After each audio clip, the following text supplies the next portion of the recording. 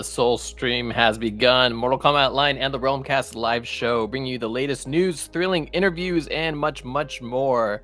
All live and in real time. And the best part, you can be part of the action. So join in. You can join us on Twitch or YouTube or wherever you watch streaming stuff, except for Twitter. That one doesn't let you participate. But join the chat and come on in. Talk to us, everybody. We're excited to see you, and we're excited for today's episode. I am your host, the Mortal Kombat Phantom, and with me, as always, is my co-host, our lore master, Yanni. Welcome, Yanni. Thank you, Phantom. And I would introduce our next guest, but I think I'll save that for when we're about to throw him into the stream. We have a pretty cool guest coming up today related to the upcoming Mortal Kombat Onslaught, so stick around for that while we go through some news. Phantom, what have you got on the agenda for today? We got a bunch of different things. So I guess rather than kind of giving you a quick breakdown, let's just jump into a couple of things that we have. First of all, I want to show you something, Yanni, and to all of our viewers. These got sent over to us to check out and to show our viewers what exactly it is, because a lot of people don't know. Have you seen these? These are the little... They're little chibi coins from New Zealand. Oh my god, that's so cool. Yeah. So I mean, you know, what's his name was making fun of us last week for doing like unboxings and stuff, but these are really cool, and they wanted us to see what they make and kind of tell our fans about it, because they're just cool little things to do. So what it is New Zealand Mint. They're the same guys that did the Mortal Kombat coins. I don't know if you remember those. Like I guess it was like 3 years ago. But I think I do. I think I remember something. Hi, by the way, Jim. How you doing? Yeah, I think I do. 3 years ago, you said. Yeah, about 3 years ago. They had the Mortal Kombat logo on them. They're made by New Zealand Mint, and they only made like 1,000, 2,000, or something like that. Completely sold out. So they went back, and in this past year, they've made 3 new ones, and this is the chibi set, and that's what we're showing here. They got Scorpion, Sub-Zero, Raiden, and each of these are made from 1 ounce of pure silver. So, yeah, it's cool. They're really cool, and I think everybody should check them out. They're actually minted in New Zealand, so their mint value is like $2, but of course they cost more than that because it's pure silver. Hey, what's up, man? Down. They're collectibles, so you can purchase them at New Zealand Mint. We'll actually have a link that we'll put up on social media for you guys later to check them out. They're only making 2,000 of each of these coins, so once they're gone, they're gone. I kind of wish we had the Mortal Kombat one, because that was a cool one with the Mortal Kombat logo. Yeah, I mean, if it's the one I'm thinking of, that was really, really cool. But I gotta admit, these chibi ones are awesome as well. Like, it's interesting, because I feel like when a chibi set is done of anything, it's a bit too cute, if you know what I mean. But these have that sort of, like, they still look pretty badass, you know? Right. They're still pretty cool. I'm trying to say that scrapes. I'm not sure, but yo, man, how you doing? But these have a sort of like they still look really cool rather than just super cute. You get me? Yeah, and to make this clear, this isn't a paid sponsorship or anything. We're just showing this off because they're awesome. And they have texture to them. That's what I thought was really cool about them. Like they do the etched front of them, and then they do the texturized versions of them. So there's 2,000 each. Once they're gone forever. If you guys want to check them out, New Zealand Mint, we'll put up a link on our sites and stuff, so you guys can get a direct link to them. And they are partnership with Warner Brothers for this, so it is officially licensed Mortal Kombat merchandise. I know some collectors that matters and some it doesn't, but they're pretty cool. They are pretty cool. And I mean, if there's only that limited number of them, I mean, I could see like this MK community, you know, like anytime something like this comes up, it gets snapped up. So yeah, exactly. Grab them quick. Yeah. How many were we sent over? The Mortal Kombat ones are gone, the logo ones. So only ones left are Raiden, Sub-Zero, Scorpion, and I don't know if they're going to do another batch, because who knows? I mean, this could be it. But it's pure silver. So yeah, it's cool. So should we welcome our next guest before we jump more into the news, or What are you thinking? Yeah, might as well. Let's do it. And welcome everybody. Paradox, Mike. Welcome. You're here for the culture. That's great. Everybody, we'd like to introduce our 6th Soulstream guest. We have on somebody who we feel like we've hit the jackpot with today. His name is Casino. Phantom loves my jokes. Welcome, Casino. Hey, how's it going? Hey, Casino. Welcome to the show. It's glad to have you on. So for those of our viewers who don't know who Casino is, Yanni, do you want to fill them in? Basically, one of the main go-tos for anything Onslaught related. Info, guides, everything. Runs an official Discord server. I'm pretty sure the website too. Is that right, Casino? The unofficial website, of course. Unofficial website, unofficial Discord, but also the only website and the only Discord that we have right now. So it'll have to do. Well, welcome. Glad to have you on. Thank you very much for having me. So before we jump too much into Mortal Kombat Onslaught, let's kind of go through the rest of the Mortal Kombat news for this week. Oh, I'm disappointed my last link didn't work. Hold on a second, let me pull this up. You guys might have seen this infographic kind of going around the internet lately, but there has been a study on, as a lot of people on Twitter are posting it, they're just calling it the most toxic fan bases out there. I knew it was going to be that. Let me get my link ready. All right, so Word Tips is the name of the people that did this study, and they basically went out there and they went to find out. Oh, none of my links are working. If it's the one I'm thinking, it's the most toxic fan base. Is that correct? Yeah, pretty much. They did a study to see which fan base was the worst. I mean, that's kind of what it is.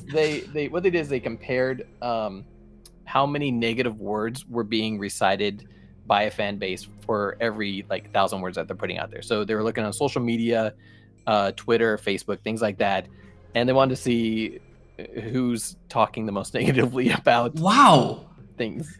This is actually the opposite of what I expected. There's no chance this is accurate because League of Legends isn't even in the top 5. Exactly.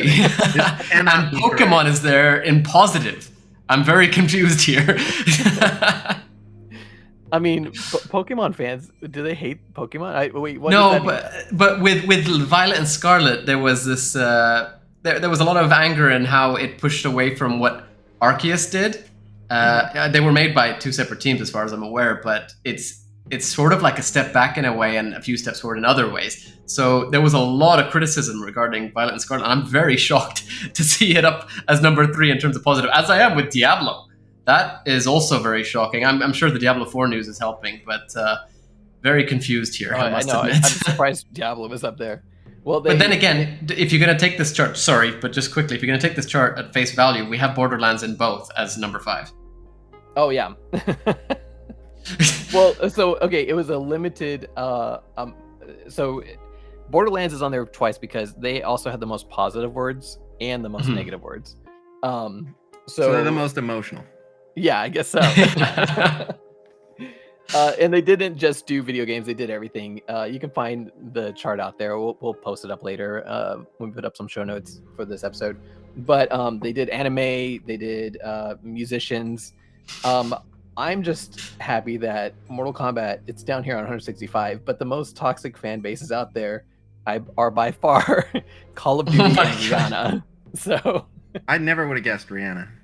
I didn't either. Yeah, I mean, I guess that's out of the blue for me. I feel like most people love her. Where are all these people just talking smack on her all day? It might have been they might have been doing the study right around the Super Bowl, and oh yeah, just guessing. Maybe. Know.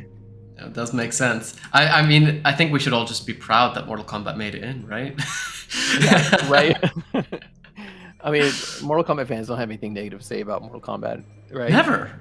Nothing at all. Like everybody, for example, everybody loves the new Sindel, as far as I'm aware. Yeah, exactly. Okay, so I only got 2 more things of news, and then we can jump into Onslaught. But did you guys? I feel like a broken record because we just talked about Last of Us last month when they showed the arcade machine, and now all of a sudden it's back in Mortal Kombat news. Did Well, you I guys mean, watch just for Last of Us? everybody, obvious Last of Us spoilers for the second last episode, as far as I remember. This was from, what, 2 weeks ago?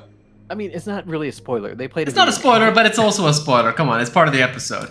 Yeah. So in the Last of Us episode, what was cool about this was Ed Boon actually responded to it. And Yanni, you want to go ahead and read his tweet out? Sure, but I mean, maybe a bit of a background what happened. So for those of you who haven't seen and don't mind hearing this, at some point in the episode, they go and they actually find or turn on an arcade and they actually play Mortal Kombat, and it's pretty cool because this is sort of referred to in a previous episode where Ali mentions that she loves Melina, and you actually get to see why she loves Melina in this episode because they actually get to play and everything, and they spend a while playing. And yeah, so Ed Boon tweets about it and gets responses back from, I think it was Neil Gaiman. Oh yeah, he did, yeah. So he says, I don't remember the last time I was hooked on a show as much as The Last of Us, so seeing Mortal Kombat featured as prominently as it was last night was a huge thrill. And it's pretty cool because you get a little bit of a back and forth between him and Neil. Yeah, although I'm not sure I see that on your link. Yeah, I don't have that thread on here, but it's cool that, kind of watching these guys talk about something like that. To me, I don't know, seeing the game on The Last of Us, it didn't really, I didn't care, but... Oh, okay. I was excited. The moment I heard the music, I was sitting there, I'm like, oh my god, Mortal Kombat's coming, Mortal Kombat's coming, Mortal Kombat's coming. Yes! Well, it's Mortal Kombat 2, so it's one of the best ones out there. Exactly. Hey, Kitana's fans. All right, so and then the last piece of news is also related to that. This one was pretty cool. So a lot of people don't realize that to make that scene in Last of Us, they actually brought in an arcade expert to create it. And you're probably like, what the heck does that mean? So if you've ever tried to record a CRT monitor like they used in the old video game arcade machines, or a TV, you see there's like lines over it all the time. So they couldn't film it the normal way. So what they had to do is take an LED screen and they put it in place of the screen on the game. And then they digitally recorded Mortal Kombat 2 playing, and they put scan lines over it to make it look like a CRT. And they went through all this trouble just to create realism. So the girls weren't actually playing, of course, and they had recorded these video clips already. And it's funny because some of our Mortal Kombat community out there, like Tabmock, for example, noticed it. And he said, hey, there's a Mortal Kombat logo over top of the timer. This isn't normal. Yeah. And this isn't something that you can turn on in the arcade machine. And so I don't know. I kind of love that fans picked up on it. But yeah, they brought in an actual arcade expert to create Mortal Kombat for the Mortal Kombat scene. What was also interesting, I think, was that I didn't catch this while it was happening. Admittedly, I don't remember the actual inputs, but somebody said that the inputs for the fatality that was mentioned was actually incorrect. I think you're supposed to hold down high kick or something like that instead, but I'm not 100% sure about that. Yeah. Oh, I can clarify this one just because I found it interesting, all the debate. So, apparently you hear like 3 or 4 clicks in the scene to perform the fatality. And the most common way to perform that fatality is to just hold, I forget if it's high kick or block or something like that, but you just hold down a button near the opponent and it'll do the fatality. So there were people just coming out of the woodwork basically saying like, all those clicks, that is not accurate. It shouldn't sound like that. But then Ed Boon stepped in and he said, I think I should remind some of the people who are forgetting that there's 2 ways to do this fatality, and you can also do it in a way where you have, while holding, I forget if it's block or back, you hit like high kick twice, something like that. And so it does actually make, I think it was still off by like 1 click, but it was not unreasonable. Yeah, that's cool. Fair. That's actually pretty cool. I'm glad that he kind of addressed that too. Yeah.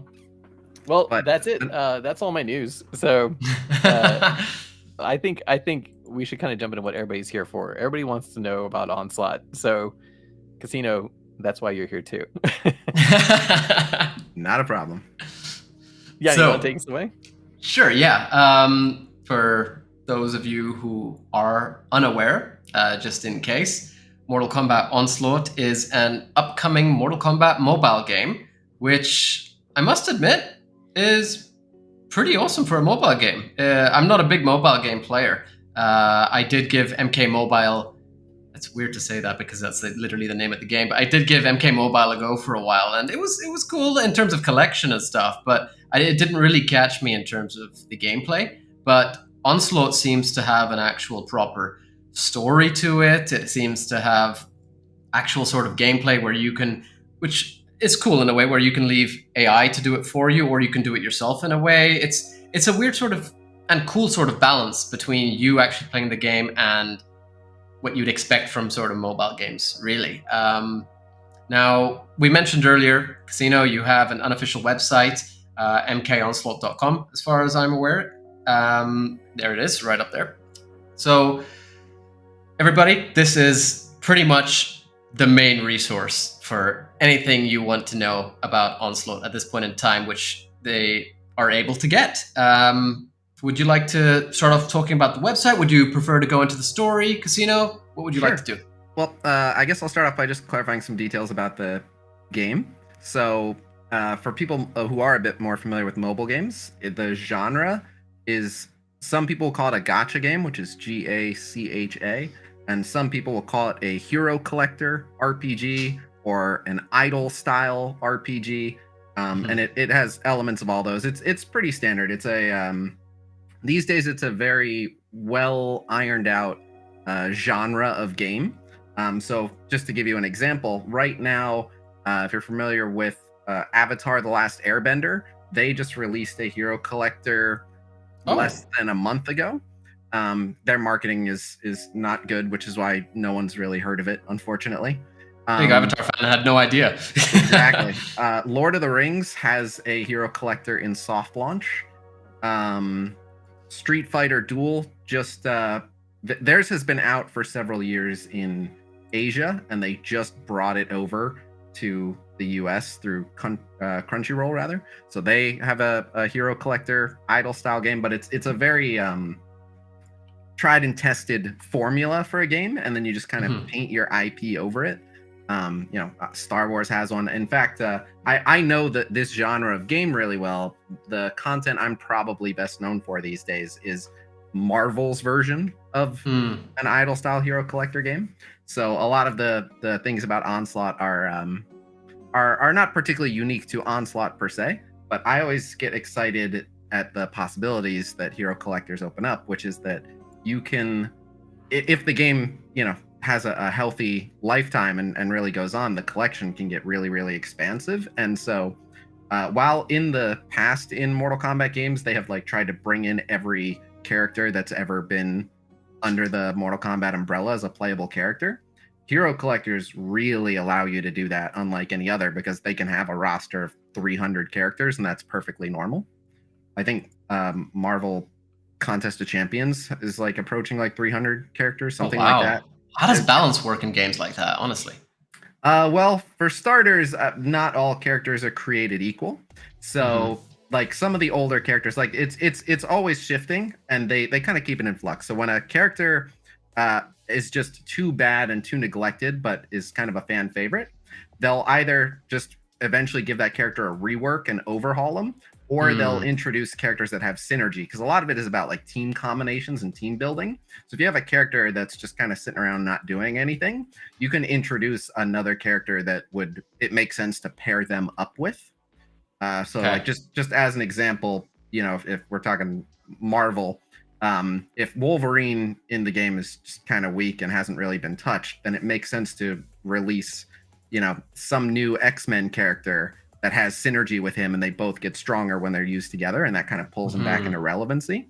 But the other thing is that games like this do a lot of I hope I'm describing this properly, isolation of different groups of characters. So they'll have classes or factions or all these various things. They have a bunch of tags. So in Onslaught, I want to say there's 7 or 8 tags. If you go to the companion site and just click on a character page, all the tags I made icons for, so you can just see however many there are.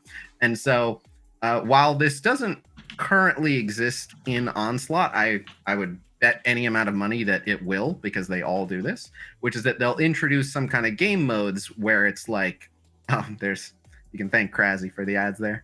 Yeah, thank you, Krasy. Yeah, you just click any character and you'll see the tags right under the name.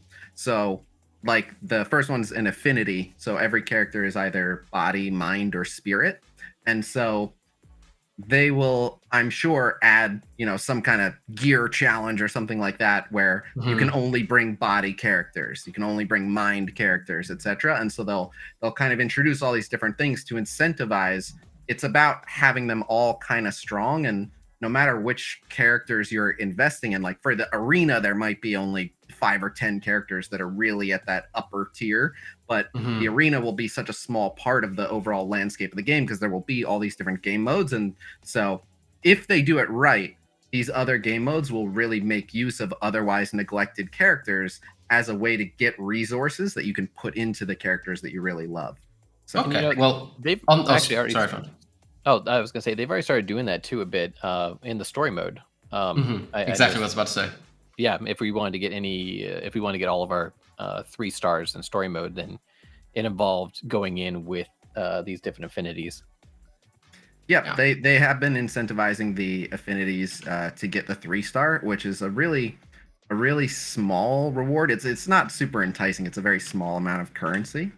So they are, but they could do a better job of incentivizing it, I'll say. What they do have going is I think, and we'll get like more into the specifics, but the balance as far as like how much because games like this always have basically like a rock, paper, scissors affinity counter system set up, just like this one does. So like the body characters are strong against spirit but weak to mind, and the mind are strong against body but weak to spirit, and etc. It makes a rock, paper, scissors type thing.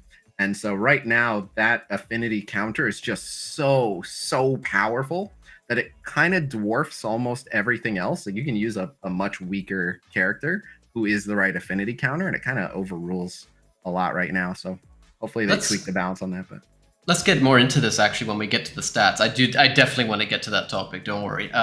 Firstly, to everybody who's been joining, sorry, it's been an in-depth conversation. Hi, everyone. We see you. Welcome to the chat. So, Phantom, you just mentioned the story mode, and Casino, you're sort of talking about the whole gameplay loop and everything. There's going to be multiple modes, etc., right? So let's start with the story mode itself. Firstly, Phantom, as you've just said, obviously we do have what you were just saying, Casino. We have a sort of very bare bones approach to making each affinity useful in some manner. And in this case, it's really useful just specifically for the sake of gaining currency. So, for example, I guess for people who are unaware, we have 2 current chapters in Mortal Kombat Onslaught. We have the Scorpion chapter and the Johnny Cage chapter. This takes you through an alternate timeline of events which continues on from Mortal Kombat 11 when they all appear in the Colosseum. So, as you're going through the story mode, just a brief background for you all, as you're going through the story mode, you have to choose certain characters to fight. And the way that fights are done in Mortal Kombat Onslaught is you'll have 4 characters on 4, or at least a maximum of 4 on 4, as far as I'm aware, correct? Well, no, you can select up to 4, and then some of the characters can summon, but as far as your opponents, you can face waves of enemies that are 6, 7 enemies. Yes. So, with that in mind, you have to pick your 4 characters to take on these hordes or individuals, depending on if you're fighting a boss, for example. Yep. And depending on, for example, in my story mode, I left one which was 2 ranged characters to be required to get a specific amount of currency. If you win with 2 ranged characters, you get 15 crystals, right? So I left that for ages because I had no leveled up ranged characters because I just didn't want to level any of them up until now. At which point, oh, you know what? Time to level them up. Throw them in there, get those 5 crystals or whatever. So that sort of relates to what you were just talking about, right? Yep. But how about the actual sort of gameplay loop aside from story mode? Because once you're done with story mode, you have to pretty much just hope for something else to do. And you're mentioning that all these other games have these these modes. Are you seeing these modes being replicated in Onslaught very much? Well, so how do I put this? Onslaught in some ways has things that I think are really, really well done. Like the actual character models, even though they're just for the most part downscaled versions of models of the characters from other games. The way they've incorporated the models and the animations and some of the other stuff that you actually see going on in combat looks really, really nice for a mobile game. Mhm. But right now, a lot of the systems design is really, really simple. It's really, really bare bones.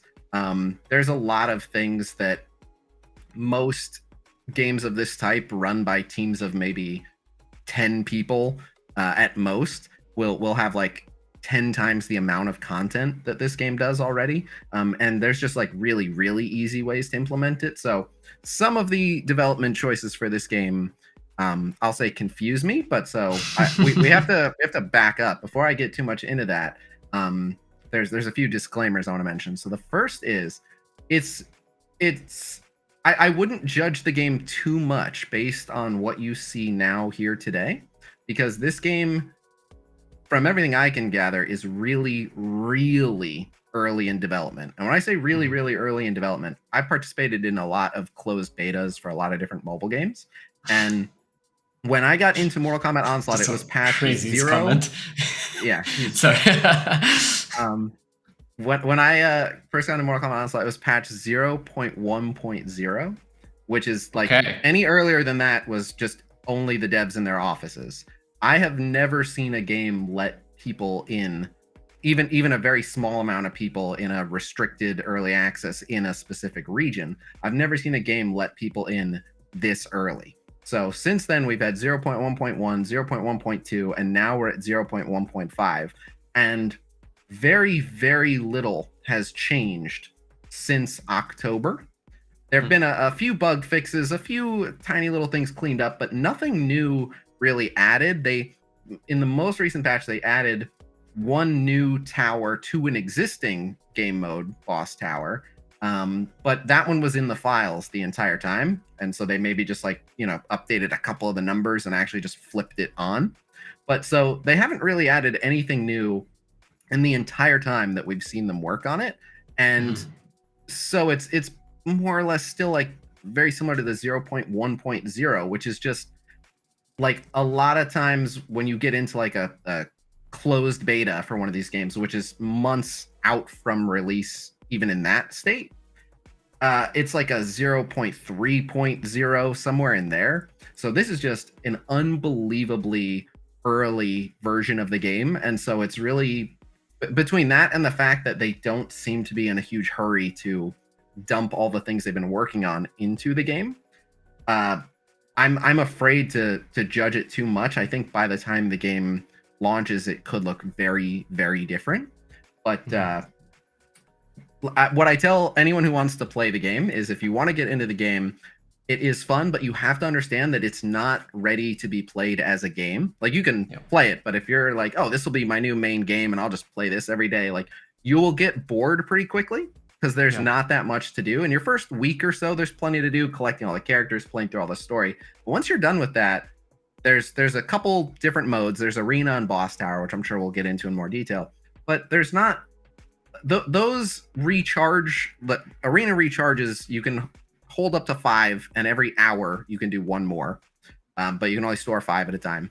And Boss Tower is every 80 minutes, and you can store up to 5 at a time. So once you've done the story, you're just kind of logging in, playing a few arena matches, a few Boss Tower matches, and then you're done. And then there's quite literally nothing you can do unless you want to replay the story battles for no reward. Which, why would you? They're, after a certain point, they're not challenging at all, and it literally awards you nothing.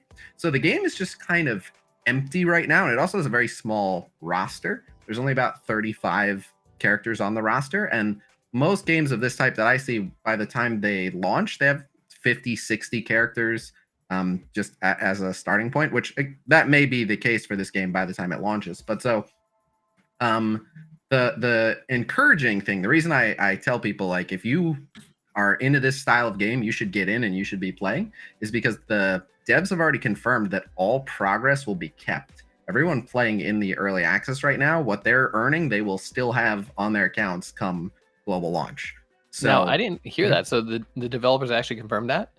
So the way it was officially confirmed is support confirmed it. So we have a screenshot from support. I wrote them and asked, and they said all progress will be kept. And that is in line with the fact that it's considered an early access and not a beta test. An early access implies then now I should mention, well, I guess Lord of the Rings is calling theirs a soft launch and a closed beta, not an early access. So yeah, early access, all progress is kept. So I do think it's a fine time to get into the game, but you have to get into the game understanding that it kind of handles like an alpha test of a game. That's how it feels to me, is like an alpha test.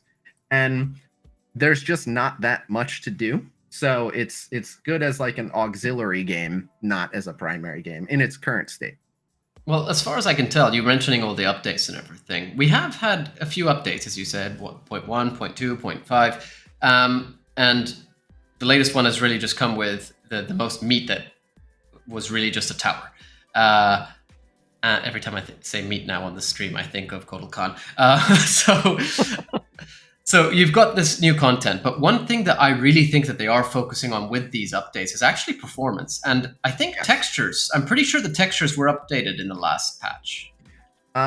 It's so I would did you switch phones or update your phone's operating system or anything like that? Exactly the same. What about like a system update on no system update? Device?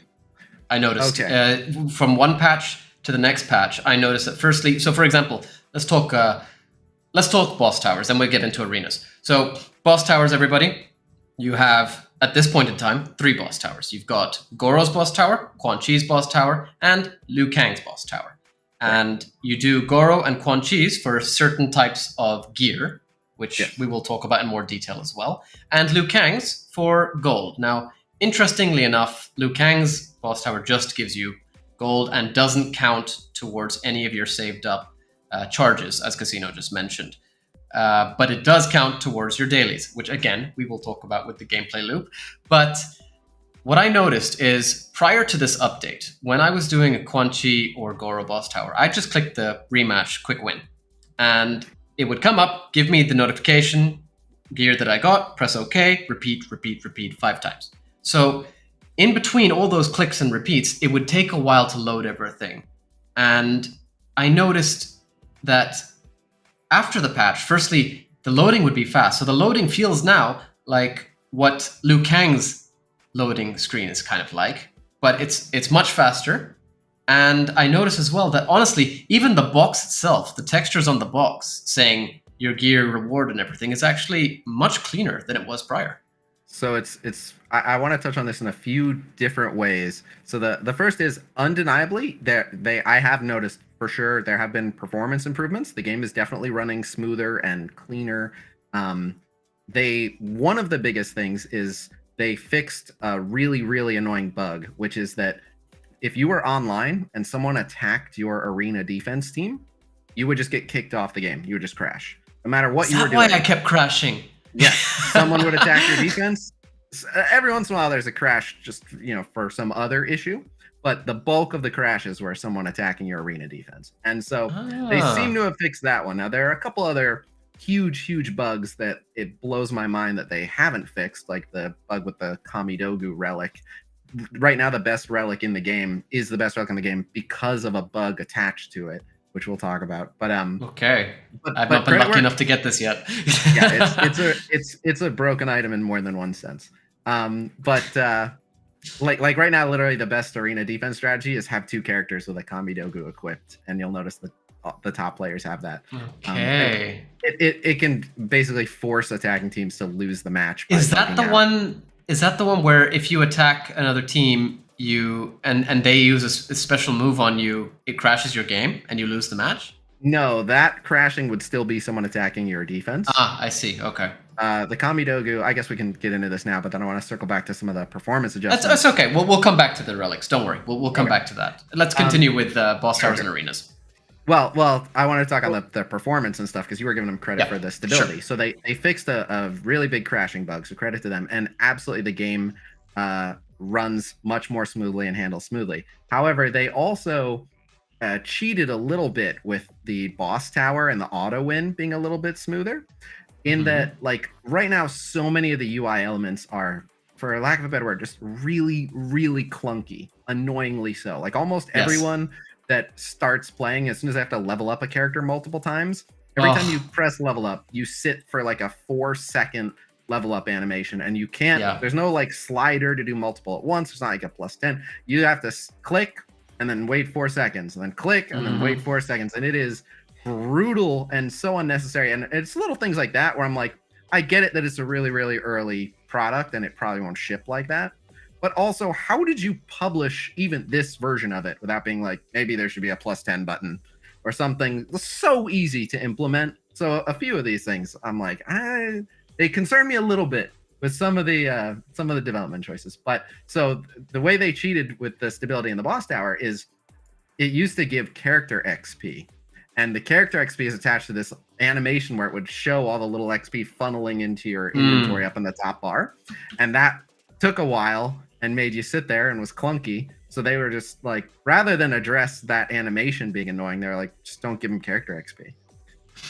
Which, okay, like it wasn't a significant amount. No one missed it. Fair enough. Fair enough. But and the one other thing it could be just a temporary fix while they work on making the actual XP flow faster, right? Yeah, or process faster, rather. While I find some of their decisions to be confusing, I will not outright come out and berate them for anything until after global launch, because it's really, really early in testing. It's not supposed to be perfect yet, so I can understand that. But I did want, you had mentioned the textures. So what's interesting is I imagine and I don't know for sure, but I imagine eventually the game will let you decide like what you want your graphics settings to be. But currently, it just reads the stats on your device and like your operating system and things like that, and it just assigns you a graphics profile, and it says these are the graphics you can handle. This is what you get. And so it's possible that because like I've been on the highest graphics it can support the entire time, but if you're saying I notice better textures, it's possible that in the new update they reviewed it and they went, you know what? These devices that we were saying to be on the medium graphics, these can handle the high graphics now. Let's move them up. Interesting, because I had it set to high this whole time. I'm pretty sure you can actually set it yourself, right? And no, I'm pretty sure you can't set the graphics. No, you can. No. Oh, no, the only way I might be thinking just the volumes. I turned that off. Yeah. Okay, interesting. But I know you can't set the graphics because it drove me crazy. I mean, they have now successfully prevented people from playing on Android emulators, which is a content creator. I really wish they hadn't done that. It's very inconvenient to not be able to play on an emulator for me. But one of the things that used to really upset me with the emulator is that even though my emulator was emulating a really, really high-end device, because it was also emulating like Android 9 operating system, it would only allow me to have the medium graphics because the Android operating system wasn't like 10 or 11 or higher. So I could not get the highest tier of graphics on my emulator, and it drove me nuts. And I was trying so many things to get around that. Casino, would you like to showcase some of the gameplay so that some people can see it while we're talking? Sure. And we got a question here from CS7. He's asking, is there any update on global launch? Casino, unless you've heard something I haven't, so far it's just 2023. The official word is 2023. But we will talk a little bit later about the early access program, just so you know, if you are interested in playing it, there are still ways to play. As Casino was mentioning, you can't download the I don't know, is it an illegal APK? But you can't download that. No, it's not illegal, but there is a way to play, so we can get that. I should probably talk about that after we show a little bit of gameplay to explain to everyone what's going on. But it's not illegal, so no fear there. Okay. I'll move this over to screen 2 and do this the easy way. Just a sec. This over. Come on now. I'm looking forward to seeing what everybody thinks of the characters when we get to that section. That's going to be interesting. I do have all of the characters, and then I do also, so all the models that you see on the site I personally like loaded up their textures and everything and rendered them. So I don't know why it's not letting me move this window. Oh, now it will. Okay, never mind. But I rendered all the models and textures and everything. So there are a good amount of characters not playable in the game, but they have their models and textures and everything. And so I went ahead and rendered those out as well. So definitely want to discuss that towards the end, I think, actually, because I sure. want to talk about where the game is going. Because CS7, you're asking when the game's releasing. Obviously, as we just mentioned, we only know it's going to be 2023, according to what they've stated. But we can at least talk about what's on the way towards the end as well. All right, let's try this. There we go. That should do it. All right. Looking good? There we go. All right. So I'll, if you want, oh no, I'll just leave it like this. But yeah, this is the home screen. And it currently has public ID in the top left with a really, really long code. I imagine that will change. But like really, really bare bones here, even on the home screen. You'll notice there's not like a settings cog or a news tab or anything, which I'm sure they will add at some point. And this is, I like the team. I rotate. I thought you, man. I'm sorry. It's kind of stupid that it's just clicking now because I know your name. I fought you so many times at this game. it only just clicked now. So I'll have to look and see. I imagine I've fought you as well, but it's kind of nice. We're like a very small knit community playing Onslaught right now. Yeah. So like on the Discord, most of the top 200, like everyone knows everyone else, and so like because you would crash people attacking them in arena, people would be like checking with other people, like, hey, before I attack you, am I gonna kick you offline? People would come on and be like, hey, I'm doing stuff right now. If you guys could just not attack me for 15 minutes. And I had no idea about this. Yeah, I didn't either. What, the Discord camaraderie? No, the crashing. Yeah. From attacking somebody. Oh yeah. I feel bad for whoever I've attacked now. The crazy coding boss says 3 frames per second. Just to be clear, this is streaming through the site, so it will look a little bit slower than. And it is 4 FPS. Come on, man. Oh, is it not good FPS? Because I'm just kidding.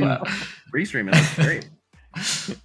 Another thing that they just changed with the newest update, by the way, so you can see here like the skull orbs at the top, which this is the summoning currency, so I can show people this. The crystals that you see there are the premium currency, and you can purchase you can use the crystals to purchase the skull orbs, and then you'll go into here. And so I'll just do a summon so people can see. By the way, this is one of my biggest pet peeves. If you look here, the summon times 10. In any other game of this type, the summon times 10 either offers a discount of some sort, so like it would only be 90 for 10, or it'll offer you some kind of a pity. Either it'll be like you get a bonus extra summon, or guaranteed you get at least one rare. This is the only gacha game I've ever seen where the 10 times summon is just 10 summons. Well, and on this topic, I'm curious, sorry, but this does relate to what you're saying. So when Phantom and I both started playing this game, we both noticed that if you summon individually, one by one, 10 characters, you would have less of a sort of good reward than you would summoning 10 in a row with the actual times 10 option. You know, the more I played, I think it might have just been you're seeing it all at once rather than doing it one at a time. But I mean, I don't know, maybe there is a science to it. Maybe that's actually well. So what I will say is, and this is unique to all gacha games, is every single gacha game both has some sort of system on the back end that kind of plays with the odds in various ways, some of them more nefarious than others, but also unrelated to what they're actually doing on the back end, which is very, very difficult to identify, and you'll almost never get concrete proof of exactly how they're manipulating the odds. On the front end, you always have people who come up with all these crazy conspiracy theories like, oh, keep refreshing until Jade is the character there. Then you only summon on Wednesdays in even numbered hours, and that's how you get a 5-star. Like it's tinfoil hat galore. I can't argue with anyone's personal experience. If you tell me like every time I do single summons, it's garbage, and every time I do a 10 summon, I get something great, that may be true for you.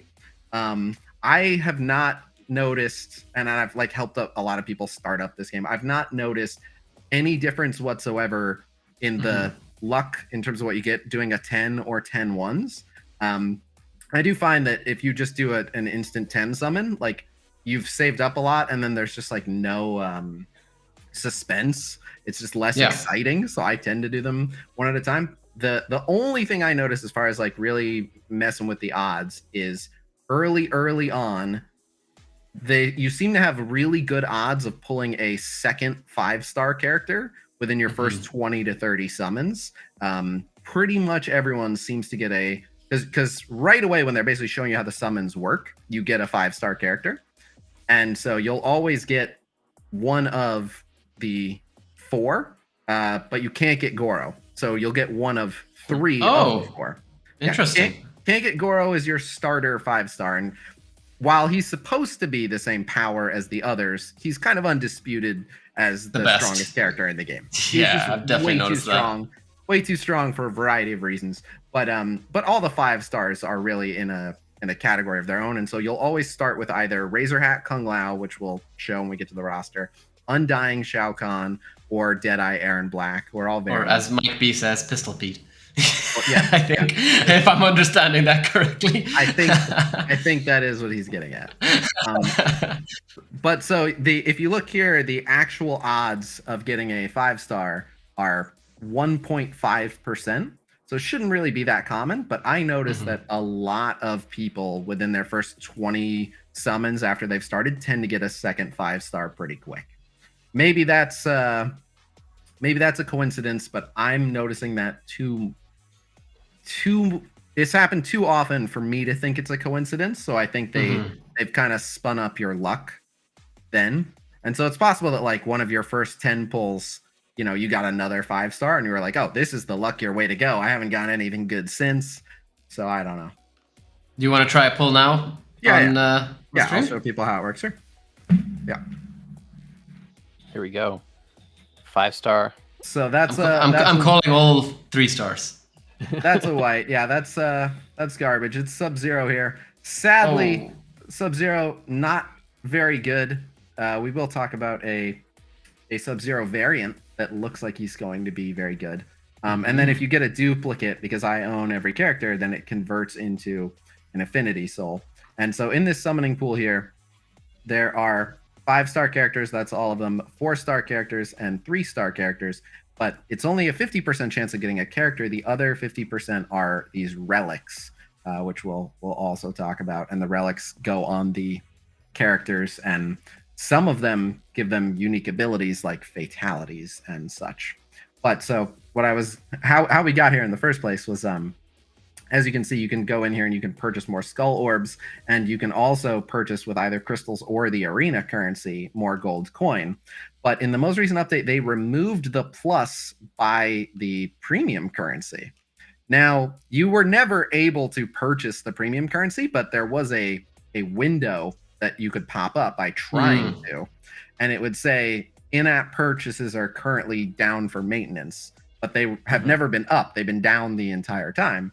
And so another thing that's very common in these types of games is letting people, spend some money, splash some cash, and get a bit of an advantage.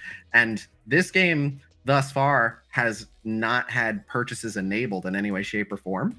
So you will see as this game goes on, people will be crying and complaining that the pay-to-win elements are not fair, and everyone should just have to go off luck and skill and not be able to buy progress. And so this is the first time I've ever been playing a game of this structure, where currently it is forcibly a free-to-play paradise, where everyone playing does have the exact same.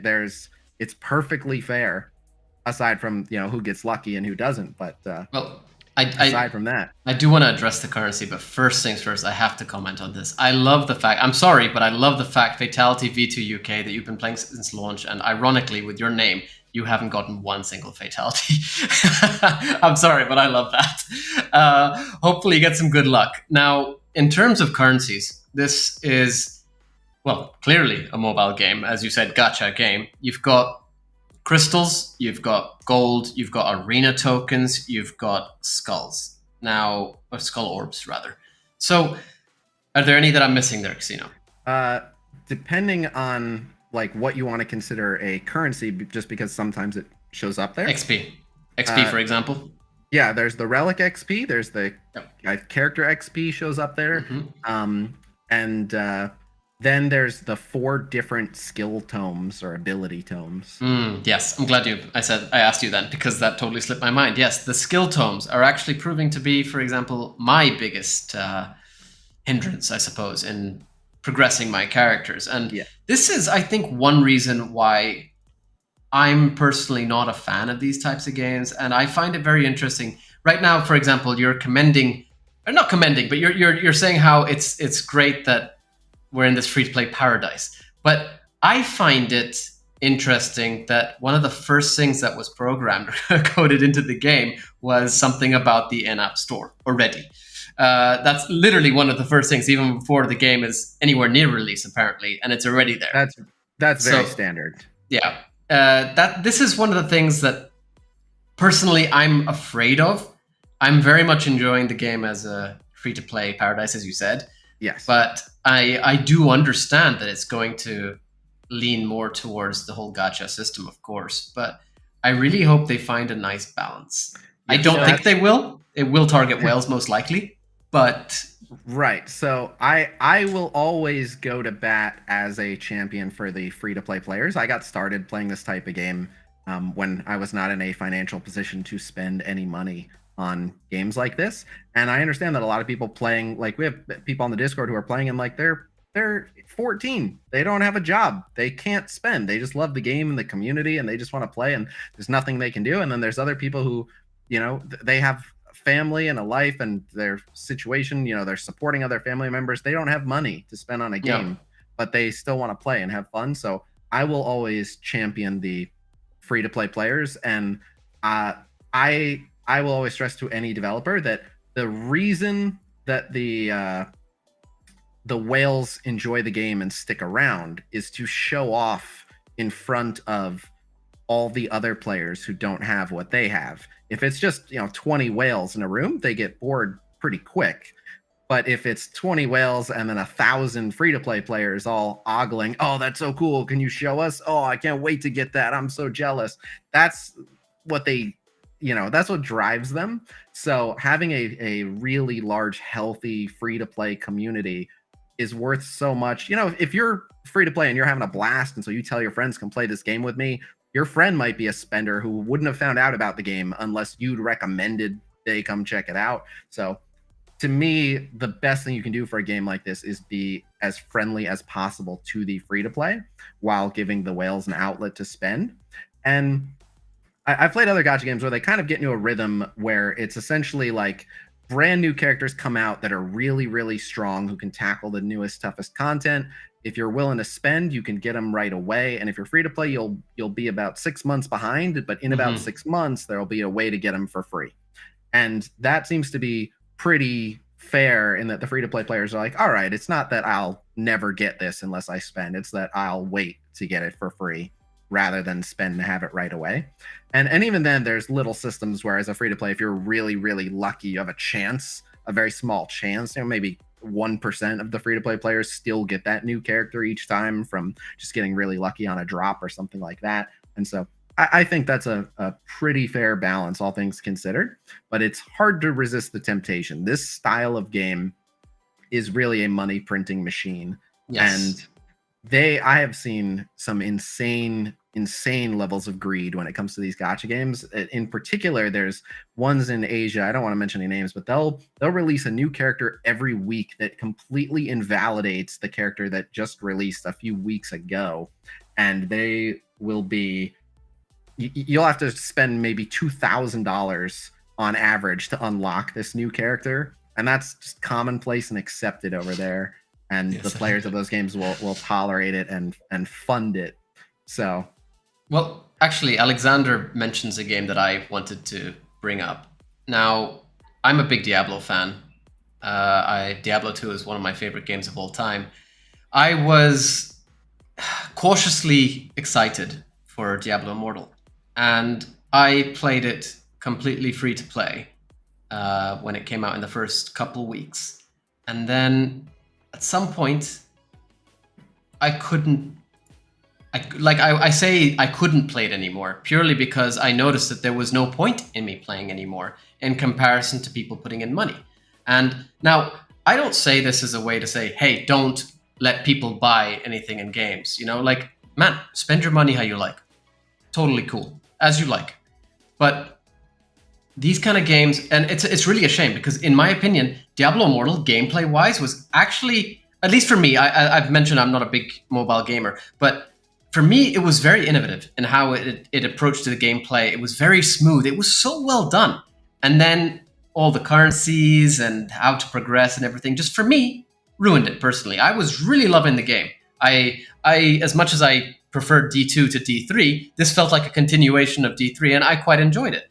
But at some point, just the amount of pushing, like every menu you clicked on, oh, buy this for this, and it's too much. It's in your face. And that is going to put players off. Some players. With Onslaught, the thing that I've noticed about it is that it's not in its freemium status yet, but everything that I've played, I've enjoyed playing it as a free game. Where yes, I've been like, I could level up and I could do this, but just playing it through has been fun in its own right. And I think for the people who are putting a lot of money into the game, they're going to be able to do more in the person-to-person battles in Onslaught. But overall, it seems like whenever you're doing that type of a battle with somebody, that you are actually kind of in a grouping. Like you're fighting against people that are in a similar level to you for the most part. So the higher up level that I became in the game, the higher up level people I was fighting. And I don't know if that's because everybody's playing at the same time I was, or if that's actually how it's designed.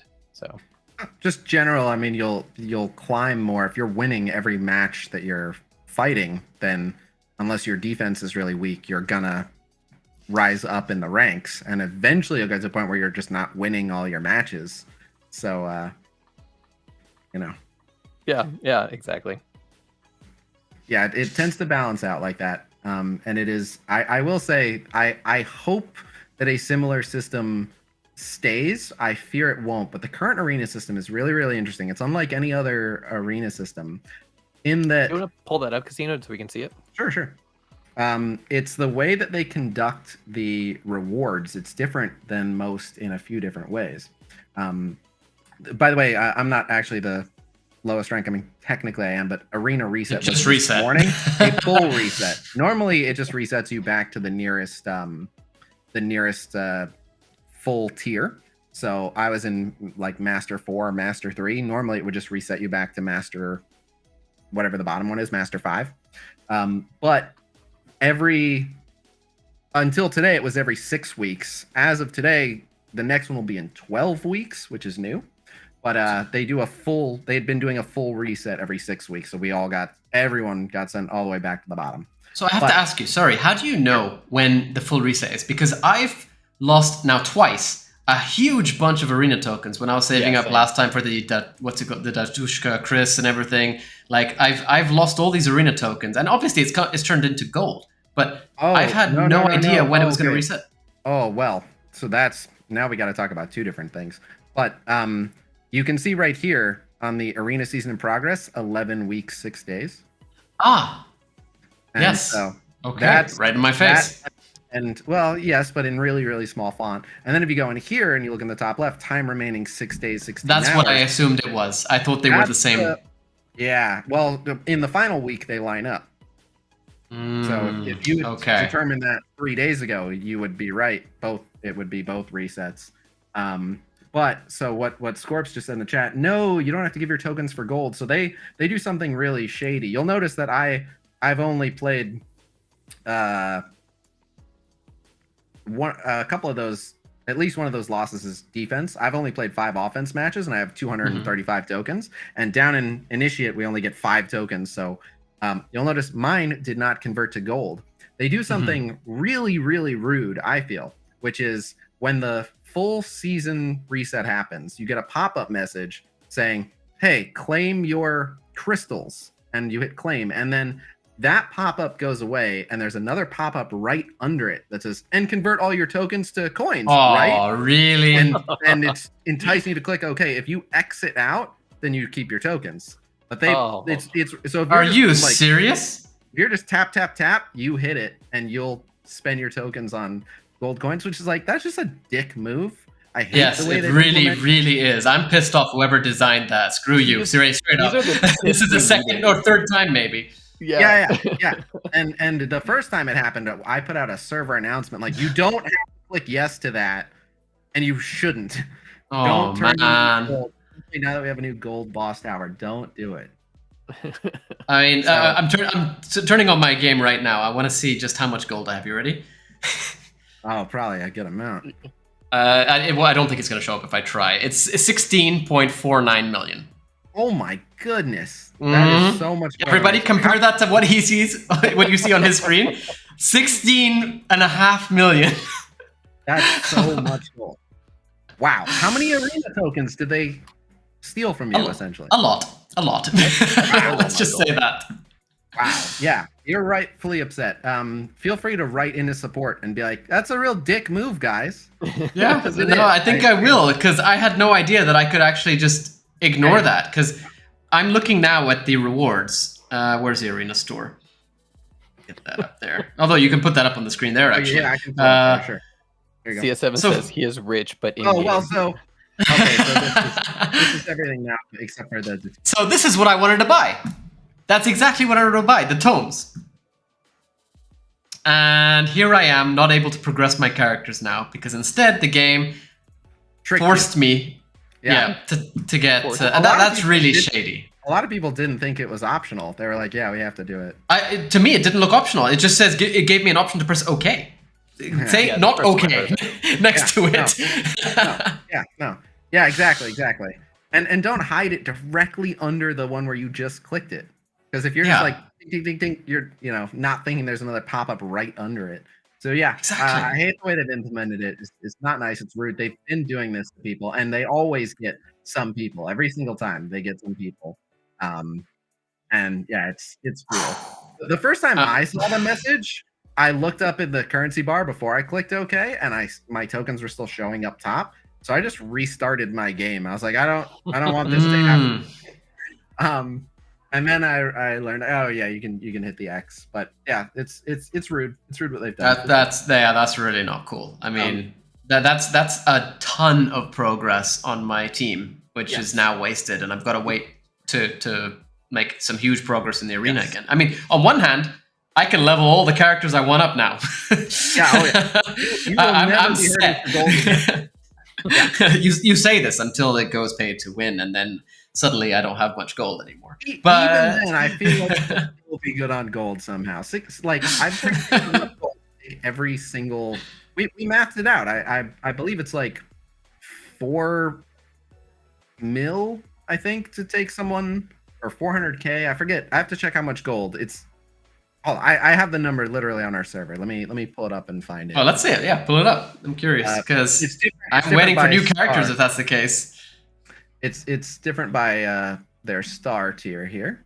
Is this it? Yes. Oh no, sorry. That's stat for a star. Okay, here we go. Yes. Oh, it's so much cheaper than I thought. Okay, so a 3-star to level them all the way to 60, which won't be the max level forever, but it is for now, is 388,865 coins, so less than 400K.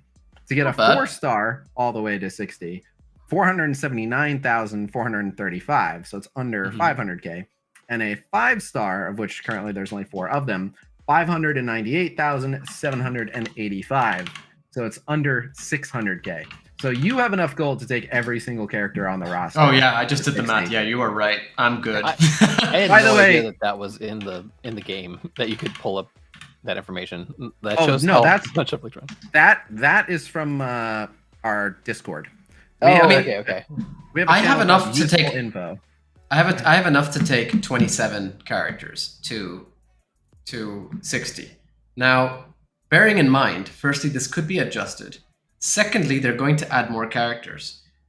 Yeah. Thirdly, for all we know, I mean, like not just adjust it, they could increase that big time. Do you know what I mean? So as soon as they up the level cap, right? Because like right now you can't max out your that's right. That was the other point. Exactly. What if the level cap increases? For all I know, this is going to be nothing. Yeah, it'll cost more to go from 60 to 80 than what it costs to go from 0 to 60, I'm sure. Because I think the cap in the quests, in the achievements, is 100, is it not? I think that one might even go to 120. And we can face like I think like level 85 enemies in the boss tower stage 6s, something like that. So in plain English, does that mean that it's better to upgrade now or to wait until after the full release? It won't matter. The only way in which it would matter is if they change the associated costs, which we have no way of knowing if they will. But what I will say is like you never want to be out of gold, so don't just take up everyone unless you have more than enough gold to do so and still have a nice stash. But like as soon as they raise the level cap, assuming that you're sitting on plenty of XP, the more gold you're sitting on, the more of your characters you can immediately shoot up to that higher level. So if you just spent your gold taking up all these characters you don't care about, so save yourself a nice stash, but don't be afraid to take up people now either. Well, let's get an idea from you. What's your currency like in terms of XP, for example? I've been banking XP like since like the second day of the early access, so I have plenty of XP. I don't know why it's not showing here. There. You have to click on a character that you need to level. Yeah, there we are. 1.91 million. Okay, so I'm not too far off from you then. That's all right.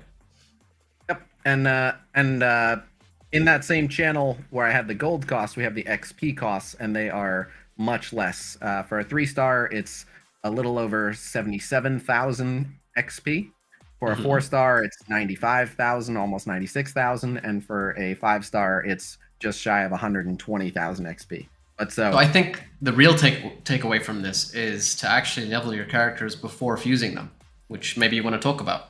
Well, so I have not actually tested if you, because we're looking at like the base star level. If you took a 3-star to a 4-star, I don't think that the associated cost increases. Okay. And it's so this game does another thing that's kind of weird, which is like if you take a 3-star character and elevate them to 5-star, by no means does that make them on par with a base 5-star character. In other games, it would be, at least stat-wise, they would be going toe-to-toe with each other, and then whichever character had the better kit, which would typically be the one that came out at 5-star, they would be better because of what their abilities were. But at least in terms of stats, they would be fairly even. In this game, not only is that not the case, but starring up characters in this game is incredibly negligible. So we've done those numbers as well, and I really, really hope these numbers change, because going from 3 to 4-star, all it does is increase the character's attack and HP, only those two stats, none of the others, by 3%. Going from 4 to 5, again, just attack and HP, less than 3%, 2.89%. And then finally going from 5 to 6, just the attack and HP. I don't know why they neglect defense here. And it's plus 3.78% to each of those. And so to put that in perspective, I'll show you this. This is a torso that I have on my Scarlet here. And you'll notice that this piece alone is giving 4% health, 10% attack, and 7% crit damage, 1% crit chance. This one gear piece is giving more... enough of a fusion. Yeah, more attack than taking a 3-star to a 6-star, just in that one piece of gear. So we shouldn't even upgrade our stars on our characters if that's the case. I mean, so the reason I have been doing it is it does technically make them stronger, and it's not like I can use those soulbind materials for anything else. But anyone who is like, I'm going to hang on to them and see if there's eventually some better way to spend these, that's not unreasonable. You're not really weakening yourself very much by doing that. But I've taken a couple characters to 6-star. For example, Goro, even though it's negligible, Goro has a massive health bar stat and a massive attack stat, and So the so percentage increase is worth. yeah, it's. I mean, it made him stronger. It didn't make him dramatically stronger, but it made him stronger. So I went for it. What I did want to circle back to a couple things that we brought up so far. So we talked about the skill tomes, and you're absolutely right that the rate at which we acquire the skill tomes feels kind of painfully slow. But there's a couple things I want to address on that. The first is you always have to have some resource that comes in kind of slowly, and it's fairly standard in these types of games for it to be leveling up the abilities. And so it's, in a sense, it's a good thing that you're like, I want more of these, and it takes a while, but like having something where you're like, after weeks of saving, I can finally do this and it feels good. Like having a more long-term goal is nice, is essential, even if you log in every day and you're like, I need more of these, what the hell. So that I don't mind as much. You know, if I just, everyone's abilities are maxed, like we'd be bored way faster. But the other thing is they have to leave room for adding in new content that can provide that as a reward and still not have you feel like you're drowning in it. So if there's a particular resource you run into where you're like, man, we barely get any of this, I see that as like, well, then it's likely something in the future will be introduced that gives you some of those. And that way, when that happens, you're like, I love this new game mode. Thank God. It's faster. It feels great. I can see it being like, to enter this game mode, you need to have loads of gold. And for me, just saying, I hate you developers who did this. I love you. Thank you so much for making me get all this gold. Yeah. Oh, and that's the other thing. Of course, they're going to sell you some stuff. So, you know, if every resource in the game, you're like, I have more than enough. This is great. I don't need any more. I'm basically drowning in the stuff. Then when they pop up an offer like, well, for $19.99, you can have a big I don't need that. You're not going to buy it. So there's a few different reasons why it's rare. But so I'm with you that the ability tomes come in painfully slowly, but it's something that I feel you have to accept as just part of it, because I'm not struggling to bring in gold and I'm not struggling to bring in XP. So it's good that I'm struggling to bring in something. That's true. You do want a long-term goal, as you said. Yeah. Look at all the level 60s on my roster. I didn't even realize I had this many level 60s, and I could put more arena tokens towards the gold as well.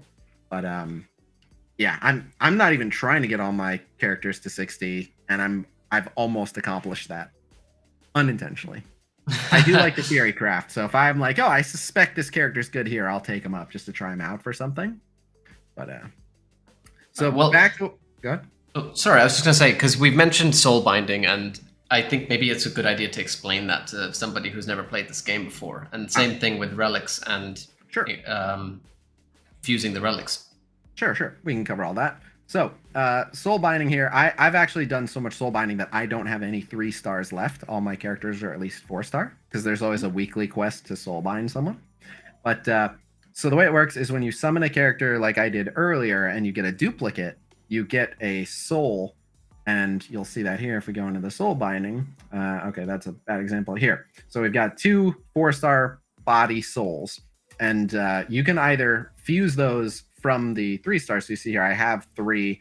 If I had a 4th one, I could fuse the 3 stars that I have up to a 4-star. But I don't think I can fuse any.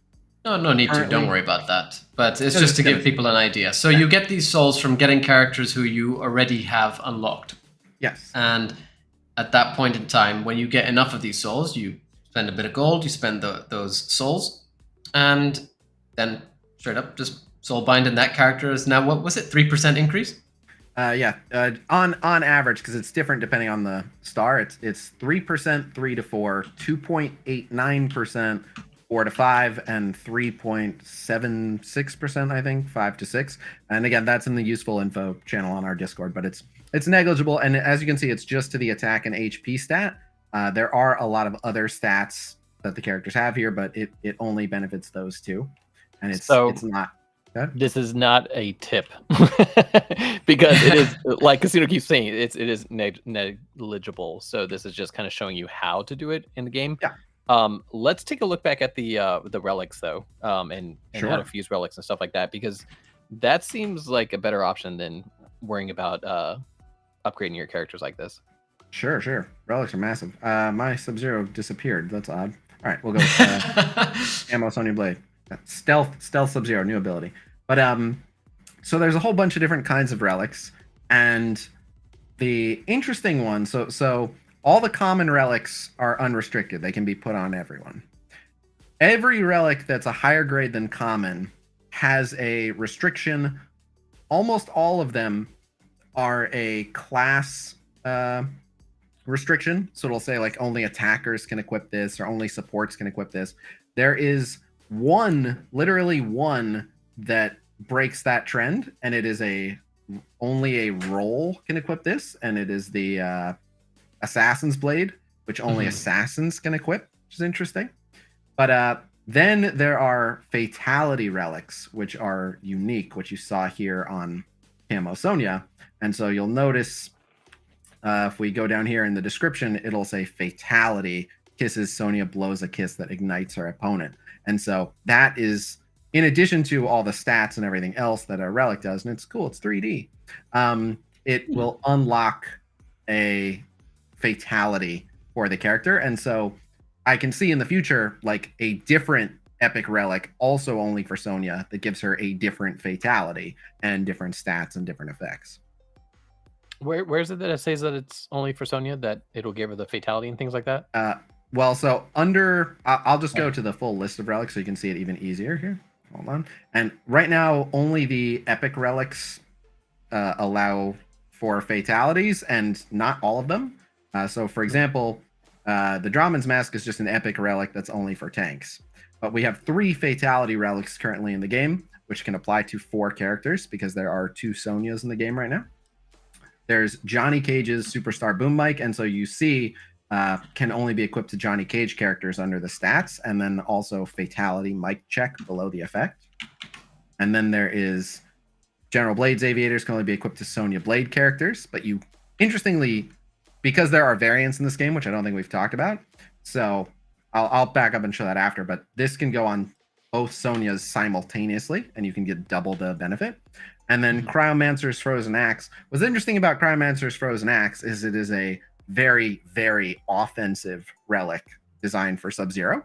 But the current Sub-Zero in the game is a tank, but the unreleased Sub-Zero, at least thus far, is an assassin. So I believe that this Sub-Zero relic is for the Sub-Zero we don't have yet. But so to show people how the variants work, not every character currently has a variant, but we found a variant list, and every character will likely have one, if not multiple variants, but some of them already do. So this is Sonya Blade. She starts out as a 3-star. I've taken mine up to 4-star, but she's a 3-star. You'll notice that she's a support caster, body affinity. She has all her own abilities. She's got 3 abilities, but she's a completely unique character. And then separate from Sonya Blade, you'll see here, Camouflage Sonya Blade. And this is a completely separate character. You can have them both on the team standing right next to each other, and they are completely different. This one is spirit, not body. She's tank defender. Her abilities, she has 4 abilities, and they're all completely different. So they do share some tags, but either Sonya can equip this Sonya Fatality Relic because it is for any Sonya Blade characters. And so you can put one on each of them. And this one is interesting in that it says Special Forces teammates start the battle with 12% of their special attack meter charged. And as you level it up more, I think it can go up to 30%. But you can have one on both Sonyas, and you can start with 60% of your special ability if you had 2 fully maxed versions of this relic on each Sonya. But that's incredibly rare and unlikely to happen because it's an epic relic and it's very, very, very rare. But so to explain limit breaking, so every relic, when you first get it, you can take it up to level 15. And so you'll see here's the bone scythe I have, and it'll say limit breaks 0 out of 5. And the way to limit break it, let me find one that I'm sure I have one I can just limit break for you guys to see. Yeah, I can limit break an Oshtek Helm. So the normal way that you level up a relic is you just give it some relic XP. So this is a small relic XP. They come in medium, large, and it'll level it up.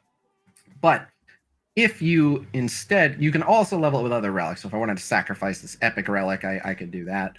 And if you specifically level it up with an identical relic, the same relic, then it will limit break it.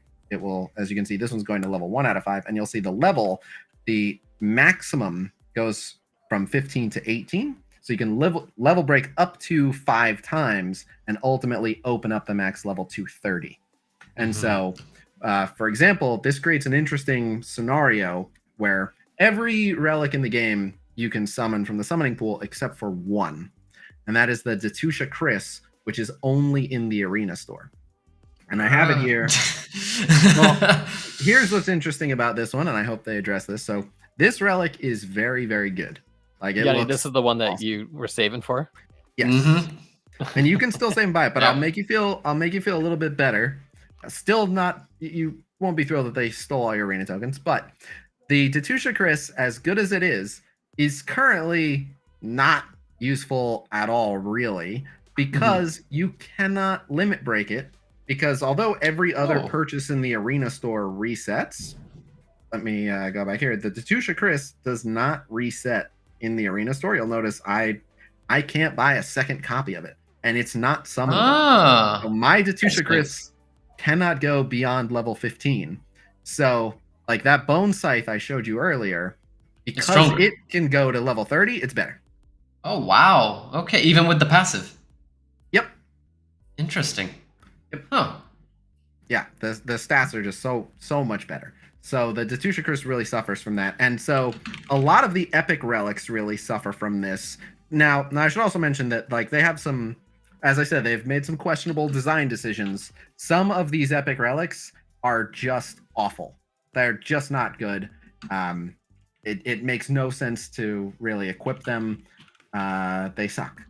And some of the ones that exist are not that bad, but as you can see, the likelihood of duplicating any given one, so like I have a Bloodstone of Vaeternus. Let's say I'm like, all right, I want to get this thing to level 30. Well, every time I do a summon, my odds of pulling another one are 0.167%. So as you can guess, I only have one. Yep. And I don't expect to have it level 30 anytime this millennia. Hopefully they do something about that, but it is way too rare. And I'm actually more annoyed about the fact that it's not specific to Scarlet. Yes, some of them, like the can't even use it. The Wrath Hammer feels like it should be Shao Kahn's. Right, but I mean, the best part is the Blood of Eternus is a ranged user only, and she's not even ranged. Yep, she can't even use it. And like the only go ahead. Oh, sorry, you were mentioning stats earlier. What stats do we have in game? We have a lot of stats, and one of the things I'm really happy to have on the site, and one of the things that they really need to address in the game, but one of the most important, yes, exactly, the stat definitions. I've had that info up on the Discord for a while, so there is no way in the game to see what any of these stats do. So like when you see initiative, a lot of people are like, initiative, the heck is initiative? What does that do? I don't know. How about tenacity? What does tenacity do? I have no idea. And there's no way to have the game show you or tell you what it does. You're just without that information. So I wrote into support and was like, you got to tell us what these stats do. And for some of them, we got really clear answers, including how they calculate. For others, we got more information than we had, but still not the numbers behind them. By the way, this did not stop other less scrupulous YouTubers from putting out videos saying, I'll tell you what all the stats do, and then lying their asses off. Oh. There are multiple videos online of just like someone being like, I'm going to tell you today what all the stats do. And then they just lie like crazy. And like, hope this helps. Now you guys got the good info. Good luck out there. It's like, right. What are you doing to people? Don't be that guy. But anyway, so these are straight from support. Some of them are incomplete, but what really irks me is, so we have the stats, and I can go over any of them if you have any questions, but you can view them on the site, and you can see the list in the game by just hitting the stat thing. But so there's also all sorts of status effects and we have zero information what the status effects do. So like you'll see a character like Scarlet. Yes, I can sign mom. Hello, and hello, Tabmock. Honored to have you. Waiting for you to scratch your nose. There you are. Hey, Tabmock. Yeah. Welcome in. We were talking about you earlier. Yes, indeed. Oh, yeah. But so the status effects, so like Scarlet has an ability that says apply an attack buff to characters nearby. Okay, well obviously it's buffing their attack, but how much? We don't know. It doesn't say. It says an attack buff. And so you'll see things like applies a defense debuff, grants a critical rate buff. And then some of them, we just have no, I think Jade has one where it's like, she gains focus. The heck is focus? I have no idea. So there's a bunch of those that's just, you know, they should. And again, like I give them the benefit of the doubt that the game is basically in an alpha stage, but there should be in the actual combat icons over their head that you can click and hold that say, hey, here's what this buff is doing, things like that. But so yeah, there's a lot of information we currently don't have, and there is a lot, I shouldn't say while it has not been officially stated, it is all but confirmed that in the most recent patch they made significant changes to accuracy, dodge, and block. We know what those do. Blocks are for melee attacks, and it reduces a portion of the damage. Dodge are for ranged attacks, and if you successfully dodge, you take no damage from the attack. And then accuracy reduces the likelihood that the people you're attacking will dodge or block. And obviously raising your dodge and or your block increases the likelihood of those things happening. We don't know exactly how much you block or how much dodge you need to add to increase your likelihood to dodge by a certain amount. We don't know how those all interact with each other.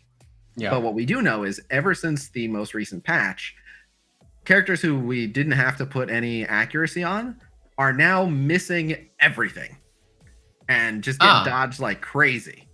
Interesting. But that makes no sense as well, considering you have gear pieces which have set bonuses on them too. Why do you say that makes no sense? Because, I mean, in the sense that, like, for example, let's just say you're picking a specific character. Let's talk Goro, for example. Sure. I personally would put either defense or HP on him rather than accuracy, etc., etc. And I would focus on specific stats because I would try to increase those stats so that they get that multiplicative bonus from those sets, which is why I say it makes no sense, because I wouldn't put accuracy unless they're a ranged character, for example. You know what I mean? Exactly. Yeah, now accuracy is for both melee and ranged. Like in theory, if a character had really high block, you'd someone you're facing, you'd want really high accuracy to counter it. But they like, we didn't know how those numbers calculated before, and they obviously went in on the back end and changed how they calculate. We don't know what it was, but we know what it is now.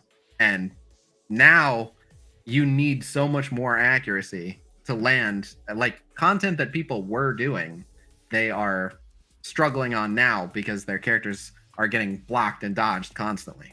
Yeah. Okay. So, yeah, we know they changed it. We don't know how much because they still haven't told us how those numbers work. And I hope they do. Some games like consider that formula part of their like secret sauce, and they don't want to share it.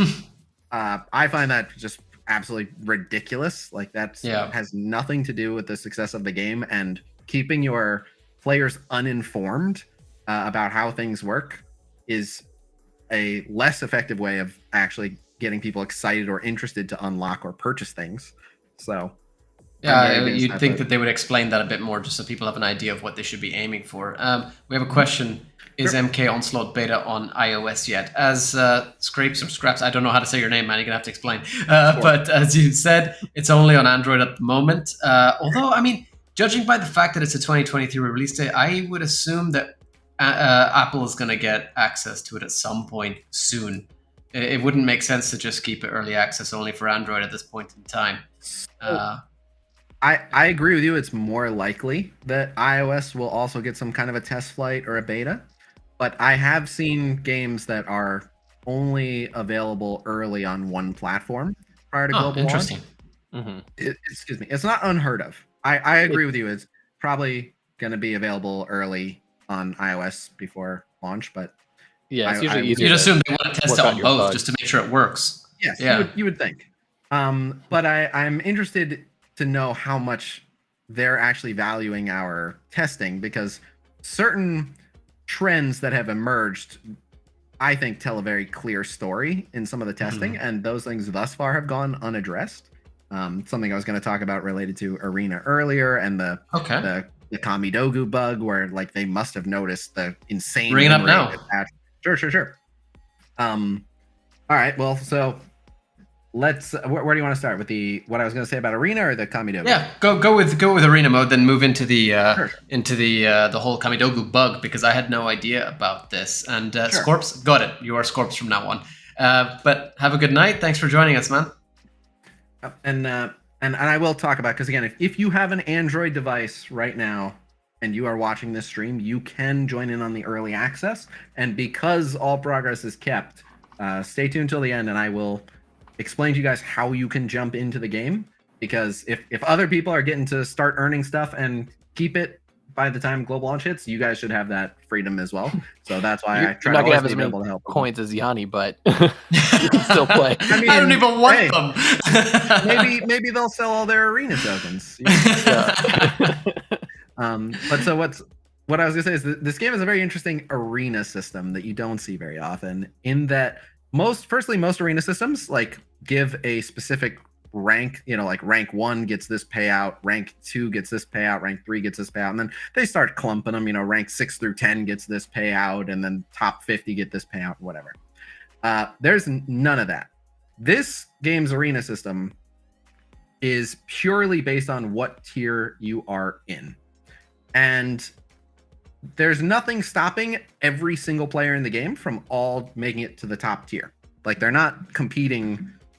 Like, you are facing one another, but you can do your matches in a way where everyone rises to the top. Literally every single player in the game could claim the top rewards. Yeah. So the current system strongly encourages collusion. Like, normally when you hear like, oh, people are colluding in Arena, like, oh, that's dirty because they're boxing other people out. They're working together and ganging up to knock one person out of the leaderboard and things like that. Normally colluding is unacceptable, and it's a bunch of despicable players being jerks. But in this game, if in the main game mode, which is supposed to be PvP, where like I try to beat you and you try to beat me, if we all come together and hold hands and sing Kumbaya, we can all climb to Master 1, and we can all enjoy really, really good crystal rewards. We have all the incentive in the world to just be the best of friends and not worry about actually beating each other. And part of this is because when you get a defense win, you get the full amount of points as though it were a victory on offense. But the person who loses only loses half as much. So, for example, in just below Master, I think it's Gold. I might have these numbers slightly wrong, but I think in Gold, if you were to attack my defense and you lost, I would gain 16 points, but you would only lose 8. So if I then turned around and lost to you, you would gain 16 points, and I would only lose 8, and we would both be up 8 points. Yes. So if we made a pact, and I said, I'm going to lose to you. Anytime I see you, I'm going to look for you. I'm going to find you. I'm going to lose to you. Which, by the way, if I lose to you, I don't have to look for new opponents. I can just challenge you again and again and again and again. So I can just say, it is now my life's mission to lose to you. And you can say, awesome. You know what? It's my life's mission to lose to you too, bro.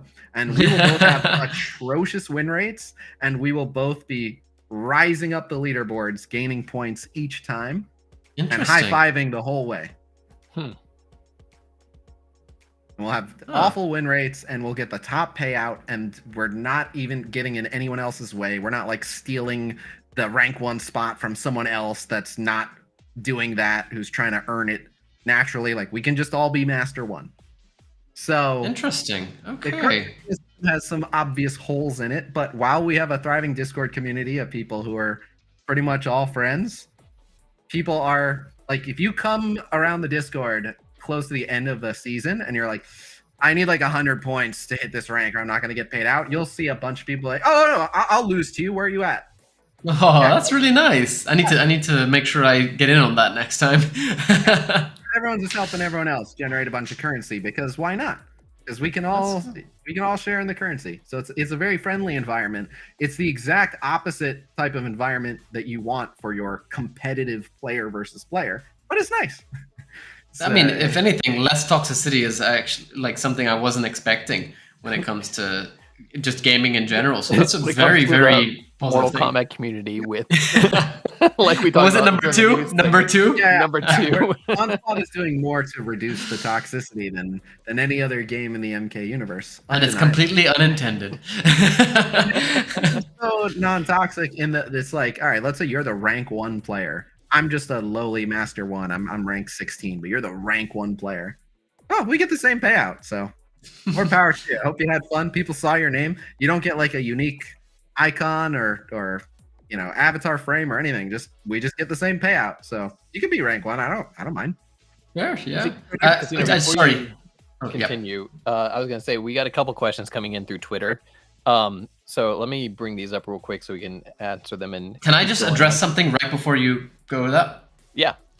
I'm just looking at I'm gonna say Guesswee's comments about clearing the progress. It's already been mentioned that the progress should not be cleared according to support. But on top of that, I don't see why it should be cleared, because I mean, you're saying all multiplayer betas are cleared, etc., etc. I mean, in reality, it doesn't have to be. Secondly, as Casino said, this is technically not a beta. This is early access. But then, again, on top of that, if you look at just a very recent release, Wolong just released, and they had a public beta, and anything that happened in that beta, that demo beta, continued on into the full game. So it's actually not unprecedented.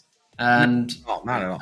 Yeah, so I think there's no need to actually clear everything, especially when people are putting in time and effort to actually test the game for them. It's very standard. Now, I will say some do it in nicer ways than others. So like the Lord of the Rings Hero Collector that's currently in a closed beta, the way they're doing it is all progress will be reset, but anything that you spent money on during the closed beta will get returned to your account as currency, but you'll get 25% extra as a thank you for having spent that during it. So your money goes a little farther during the closed beta, but the progress is reset. I have mixed feelings. Like on the one hand, in terms of fairness, like if you're just someone who has an iOS device, so you just can't get in the early access, like it's not fair to you. And the fact that you bought that device as your phone shouldn't mean that I have an advantage over you. It's not fair to you, and it's certainly no fault of your own. So in that regard, I do feel that it would make sense to have progress be reset. However, obviously that would be really, really disheartening to all the people that have been playing. And so the reason that I'm okay with there not being a progress reset in this specific type of game is because it is pay to win. So because you can use an external ability to alter your progress anyway, which is essentially, and it's not that you should have to, but if you just found a bag with $10,000 in it under your bed tomorrow and decide I'm going to put all this into the mobile game, you're going to be way, way ahead of me. And it's, shouldn't be fair that you can do that when I don't have $10,000 lying around to put into my mobile game. But so because they're going to give people the opportunity to progress in that way, it doesn't bother me as much that progress isn't being reset, because there's other ways to influence your progress that kind of affect that dynamic anyway. That's a very good point. Yeah. Okay, so sorry, Phantom, you had questions. Yeah, so a couple questions. Usually we don't take the Twitter questions because they're hard to keep track of. So if you are watching and you want to participate, please join us on our chat on Twitch or I almost said Twitter, Twitch or Facebook or YouTube, wherever. That way we can kind of keep track. But I did notice that we got a couple questions coming in. This one has been asked a lot already in our live chat, so I'm just going to go ahead and address it on the stream so people know. This one comes in from Still Not Dan. When does Onslaught officially release? 2023. That's all we know. Yeah, what I can tack onto that, and so the first thing I'll say is I'm purely making an educated guess. I'm pulling it straight out of my imagination. Do not quote, don't take this for anything other than an educated guess. I both think and I hope that the game is 5 to 6 months away from release, because of how unfinished it is. I would be very, very shocked if this game like released in 2 months. Unless they're on their servers, they have some version of this game that's so much more polished and filled out. You know, I honestly think that it'll get released, which is this is a piece of news I completely forgot to throw in there. But I honestly think this is going to get released around the time of Mortal Kombat 12, whenever that's going to be. And I mean, missed news opportunity. Mortal Kombat 12 did get officially announced. How did we miss that? How did we miss that? Yeah, I mean, like that's the biggest piece of news here, to be honest. Yeah. So Mortal Kombat 12 was I guess leak announced during the fiscal year. Yeah. Accidentally officially announced on an earnings call by the CEO. Yeah. Yep. So the CEO of Warner Brothers Discovery actually announced it. So we are getting Mortal Kombat 12 this year. Q4. They're aiming for an ambitious Q4 release. Yep. And so that's all we know about that. But I think Onslaught might kind of line up with whatever they have planned for that release. That would make sense, because MK Mobile was sort of in line with both MKX and MK11, if I remember correctly. Yeah, I think so.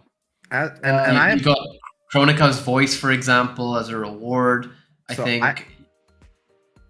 I was going to say, I have some other reasons why I suspect that this Onslaught release will be fairly closely lined up with the MK12 release, which we'll get into when we talk about leaked and unreleased characters. Oh, okay. But I'll simply say there are files for unreleased characters in the game that suggest, not confirm, but suggest that those characters will be getting MK12 models added in, and so it would make sense that they don't have the MK12 models currently in, as that would be a huge leak. But as it gets close to MK12 releasing, it would make sense to put those in. So, and then another question we got on Twitter from Farid MK. I knew you were going to ask this, man. I knew you were going to ask this. I mean, I think he tweets to us every day asking this question. I'd like to take this moment to firstly say, because I know he's been asking to get Cassie in a Liverpool outfit. Firstly, congratulations on your 7-0 destruction of Manchester United. Great job with that, Arsenal fan here. Secondly, Casino, any news on Cassie Cage? Yes, Cassie Cage will be coming to Onslaught. Oh, at least. So let me back up. I'm not a developer. Anything can change, so I cannot, unfortunately, 100% confirm it for you. But Cassie Cage currently has files in the game, including her drone. Like the model and everything for her drone is already in the game, and she has a character folder in the files. So. Again, it's possible that the devs will decide, for whatever reason, it's buggy, it's not ready for release. Like, sometimes there's characters with files in the game and they get scrapped or they never end up getting released. But in terms of the likelihood of Cassie Cage being released as compared to other characters, I would rate her as highly, highly likely, being that she is technically already partially in the game files. Interesting. I mean, I've made it no secret that I don't want the combat kids in there. So, but on the other hand, I'm very happy for Farid. So, fair play to you, man. I don't know. My camera's out of focus there. Maybe that'll make it refocus. I don't know. I'm gonna recover. But anyway, it's got such good resolution on the palm of my hand. Sorry, CS. Oh, there we go. But so I not all the combat kids are my favorite characters per se. I do really like Cassie Cage, but I certainly don't love all of them. But one thing I really like about Hero Collectors is that it allows you to bring every single character from the franchise into one game and all interact with each other. So on principle, I say bring in the combat kids, even though I won't personally be that excited for most of them. Have them all so everyone is happy. For the people that are fans of those characters, I say bring them in. Yeah, exactly. Fair enough. Just not Jackie. What? Jackie disappoints me a bit. But sorry. Oh yeah. She disappoints me a bit. I don't mind if she gets released later into the game's release. I'm not losing sleep over her not being in here. But it wouldn't be fair to leave her out. Bring everyone in. I want everyone in. I honestly, my most desired character is Mocap, and he's probably way down on the list. I'd be very happy with mocap. I'm not gonna lie, just for the memes, like that would be amazing. I remember spending so much time in Deception trying to find out if I could unlock him, because he was unlockable in Deadly Alliance, right? But in Deception, you could only just find him and kick him in the nuts, apparently. So I've decided I want a full meme team. I want Meat. I want mocap. Yes. There was one other troll character I forgot, and I want Kid Thunder. Yeah. I just want a whole meme team, and I want them to have a purpose. Who's the last one? I'm very curious. I can't remember. I wrote it down somewhere, and now it's slipping my mind. Kotal Khan in a wheelchair.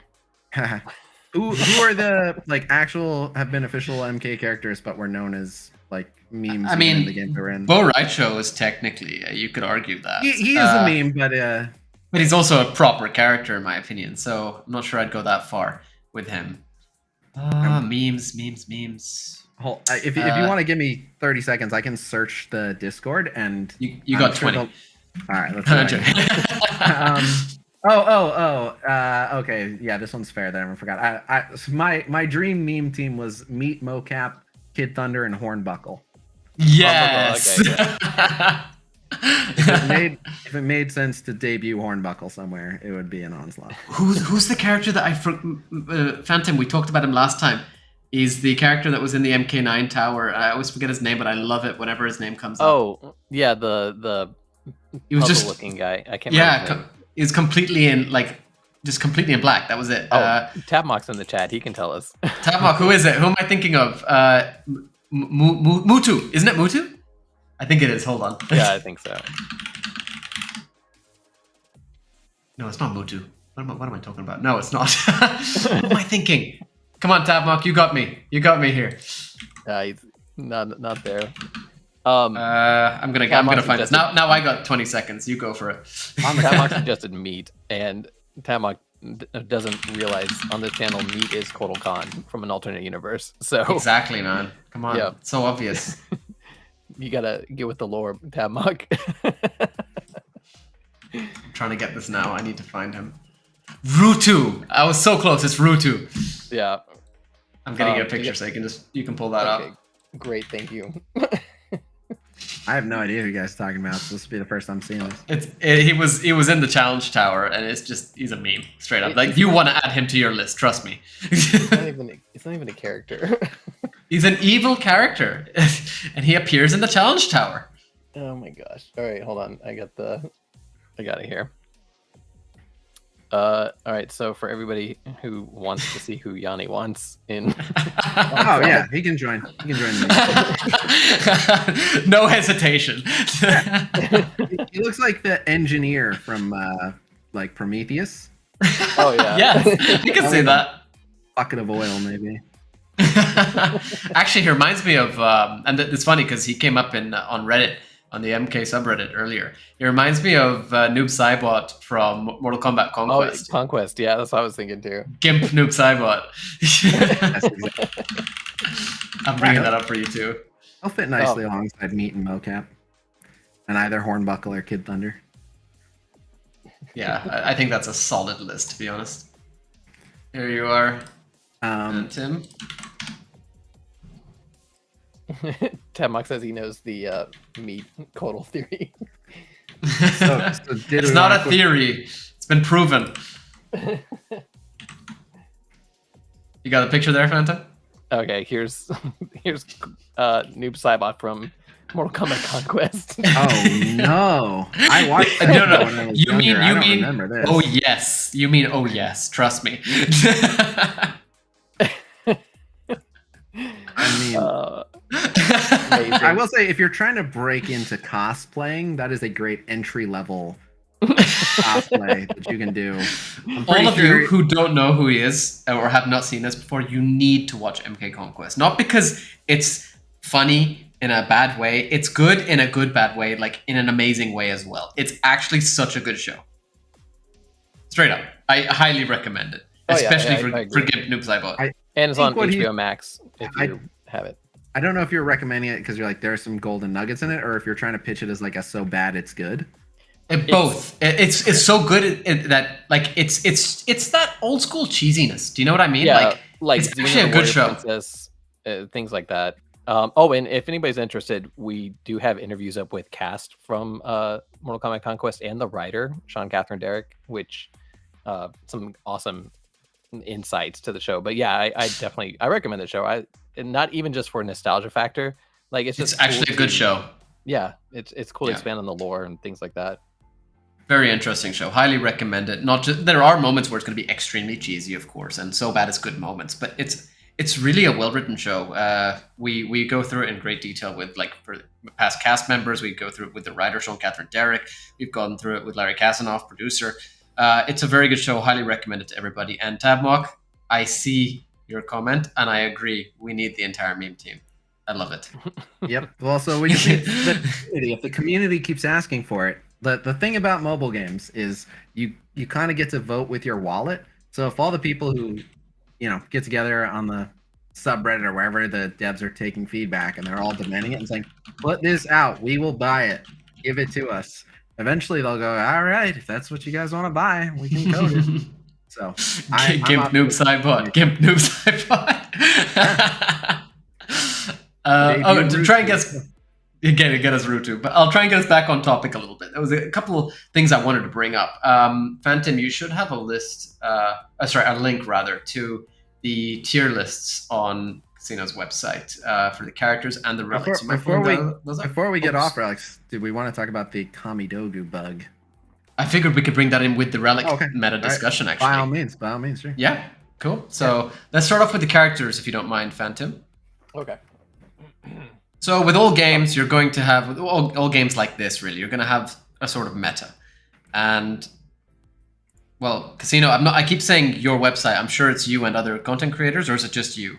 It's me and Krasy. So Krasy does all the coding, and then I'm all the art, and I did all the renders for all the character models and stuff. Good. I'm glad I asked that. I want to make sure you both get your credit. So here's the tier list according to you guys. And one thing that I really like about this list is it's not just a set sort of, this is the way it's done. You've also got characters who have like a +1 next to them. And that's very interesting to me because the way this works is, I mean, it speaks for itself in terms of God Elite usable trash, but then each character goes up a tier based on synergy, whether it be with other characters or with specific relics, as far as I understand. Is that correct? I believe in this instance, it's just referring to with the right teammates. We are assuming that you have the best relic for the character, but basically when we say synergy, it could mean that, for example, any special forces character on here, with very, very few exceptions, has a +1 because you could run them on a team with 2 Sonyas who would both give them a ton of ult meter and allow them to basically keep using their ultimate. So it's not their own relic, but it is the right synergy, which can include relics of the other characters or just the right teammates. Well, let's address Noob Saibot, actually, because I find his synergy pretty interesting. He is, well, I mean, he was actually my most wanted character, and he was the last character I got. Well, the most wanted along with Scarlet, but he was the last character I finally managed to get. And I immediately bumped him up to a +5, I think. And what's interesting is his passive. Do you want to talk about that a little bit? Yeah, I'm not sure specifically what you want to get into about his passive. Got split into 2. He has 2 passives now. But so this tier list, you'll notice this is updated for patch 0.1.2, and so Noob Saibot, unfortunately, due to no fault of his own, was the recipient of I'm trying to describe this in the right way. A nerf that is the result of one of his teammates getting heavily nerfed. 0.1.5 absolutely crippled Quan Chi. And because of how much worse Quan Chi is, Noob Saibot's stock went down a bit. So there's a player who, for most of the time that the game's been in early access, this player has been rank 1. And it is both because he's always run Quan Chi and Noob Saibot, and also because he's been benefiting from the Kamidogu bug, and that he was one of the first people ever to pull 2 Kamidogus and use them both. Wow. Yeah, which is super, super toxic to face. It's really annoying. But so Noob Saibot is the only character who, with every patch, has gotten a little worse and a little worse and a little worse. They just keep tweaking him and they keep taking him down a peg. And he's still pretty good on his own, but with this most recent patch, not only did they take him down a little bit, but they crushed Quan Chi, and that really hurt his stock as a character. Not to mention, with this most recent patch, they completely reassigned every single character's initiative. Every single character's initiative stat changed. Interesting. Yeah. Okay. In an effort to bring Razor Hat Kung Lao up to the standard of the other 5 stars, he's now the fastest character in the game. Goro is now the 2nd fastest, and Scarlet is the 3rd fastest. Oh, all right. Attackers in general got much faster. So do you have an updated tier list on the way? Yes, we already have the spreadsheet done, so you can view it, and it didn't change all that much. Like, a few people's +1s got removed. That's about it. No one actually changed ranking, I believe. Mm-hmm. Maybe one person actually like changed a tier somewhere. But it was pretty minor, but it really changed. So this relic list really changed. I don't know if we have the newest one of these out yet. But like, you'll notice that Kirahashi blade is the #1 recommendation on Scorpion, and it's nowhere to be found on Razor Hat Kung Lao. And the Kirahashi blade gives you a large percentage of attack every time you win initiative, which is when 2 characters clash. If you attack first, whoever has the higher initiative stat attacks first, and if you are the character that attacks first in the clash, you won the initiative. And Kirahashi blade rewards you for each time that happens by giving you a ton of attack. Well, Scorpion is now much slower in the scheme of the overall characters, and Razor Hat Kung Lao in the previous patch, what you're seeing here, was so slow that we couldn't justify giving him the Kirahashi blade because he lost initiative to almost everyone, so he didn't get to stack any of the attack.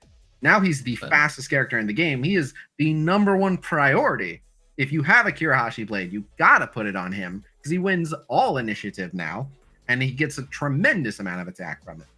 So I'm very happy right here now because I don't know if you can see that. Oh yeah. He makes great use of it. All right, interesting. There were for those of our viewers who don't know, who haven't played Onslaught yet, if you want to move relics around, you do have to pay for that.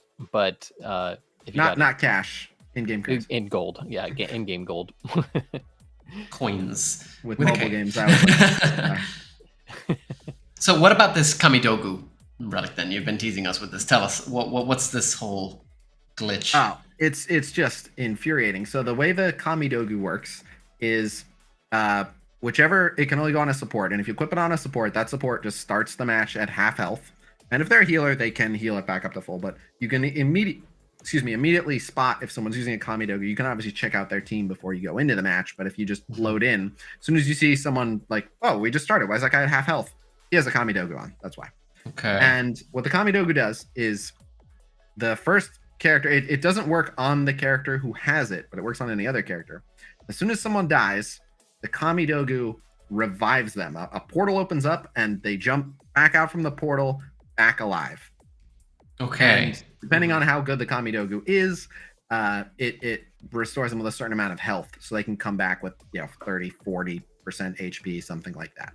And that in and of itself is pretty good. And there's some good combos with that. Like I think it's the Wrath Hammer that says if you're revived, then upon reviving you have full special meter. So some people are running a combo where they have their Goro out in front with a Wrath Hammer, and he was a sacrificial limb, like, haha, kill my Goro, and then Kamidogu immediately flung him back out onto the field, and he just ulted right away and melted him on. So there were some valid ways to use the Kamidogu, and in it on its own, it's not a bad item.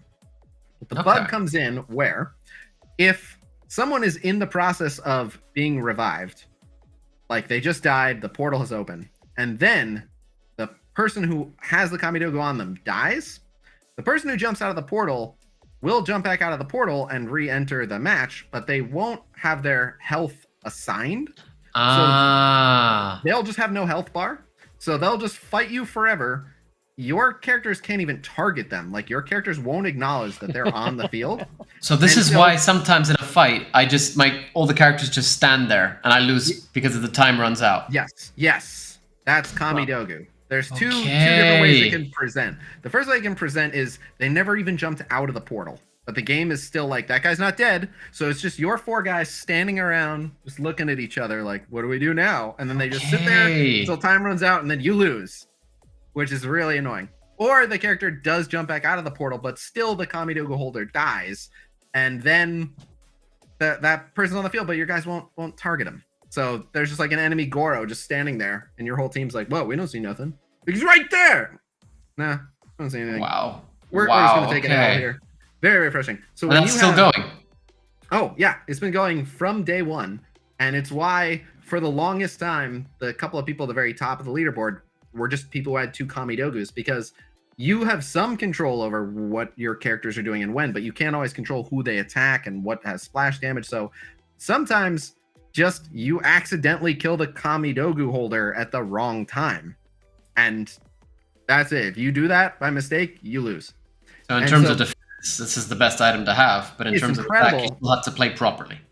You have to play very careful, and even then, you can't perfectly avoid it. Like, the strategy most people employ these days against people with double Kamidogu is, I just don't fight them.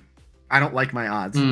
Fair enough. I have 1 Kamidogu on my defense, and it skyrocketed my defense rate just because it's a 1-item win condition. It's a hugely annoying bug, and I hope it's one of the there's 2 major bugs they need to fix. There's that one, and one that's an even bigger problem, which I'm sure you've run into, which is the portrait bug, which is if an enemy is located somewhere on the field behind your portrait, you can't target them because it thinks that you're just dragging the ability back to the portrait. Oh yeah, that drives me nuts. Yes. Yeah. So like you'll notice a lot of the top players have Shang Tsung in the bottom corner because he's going to be behind someone's portrait, and if he's behind the right character's portrait, you can't ult him and kill him. So there's a strategy to sticking Shang Tsung in the bottom right where you can't hit him because of the portrait bug. So yeah, a lot of the tactics right now are how to play around the bugs most effectively, which is pretty interesting. Wow. When that happens, I just either target somebody else or I just have to let it do an auto targeting and throwing it on auto and hoping it hits the right person. But right. I got your message. So there's a couple things. I saw what you wrote. But I imagine at some point we wanted to talk about leaks or unreleased characters. Yes, and then also how people can get into the game. So how do you want to do that? Yeah, let's talk about the leaks before we go into how to play, because what have we got on the way? Yeah. Sure.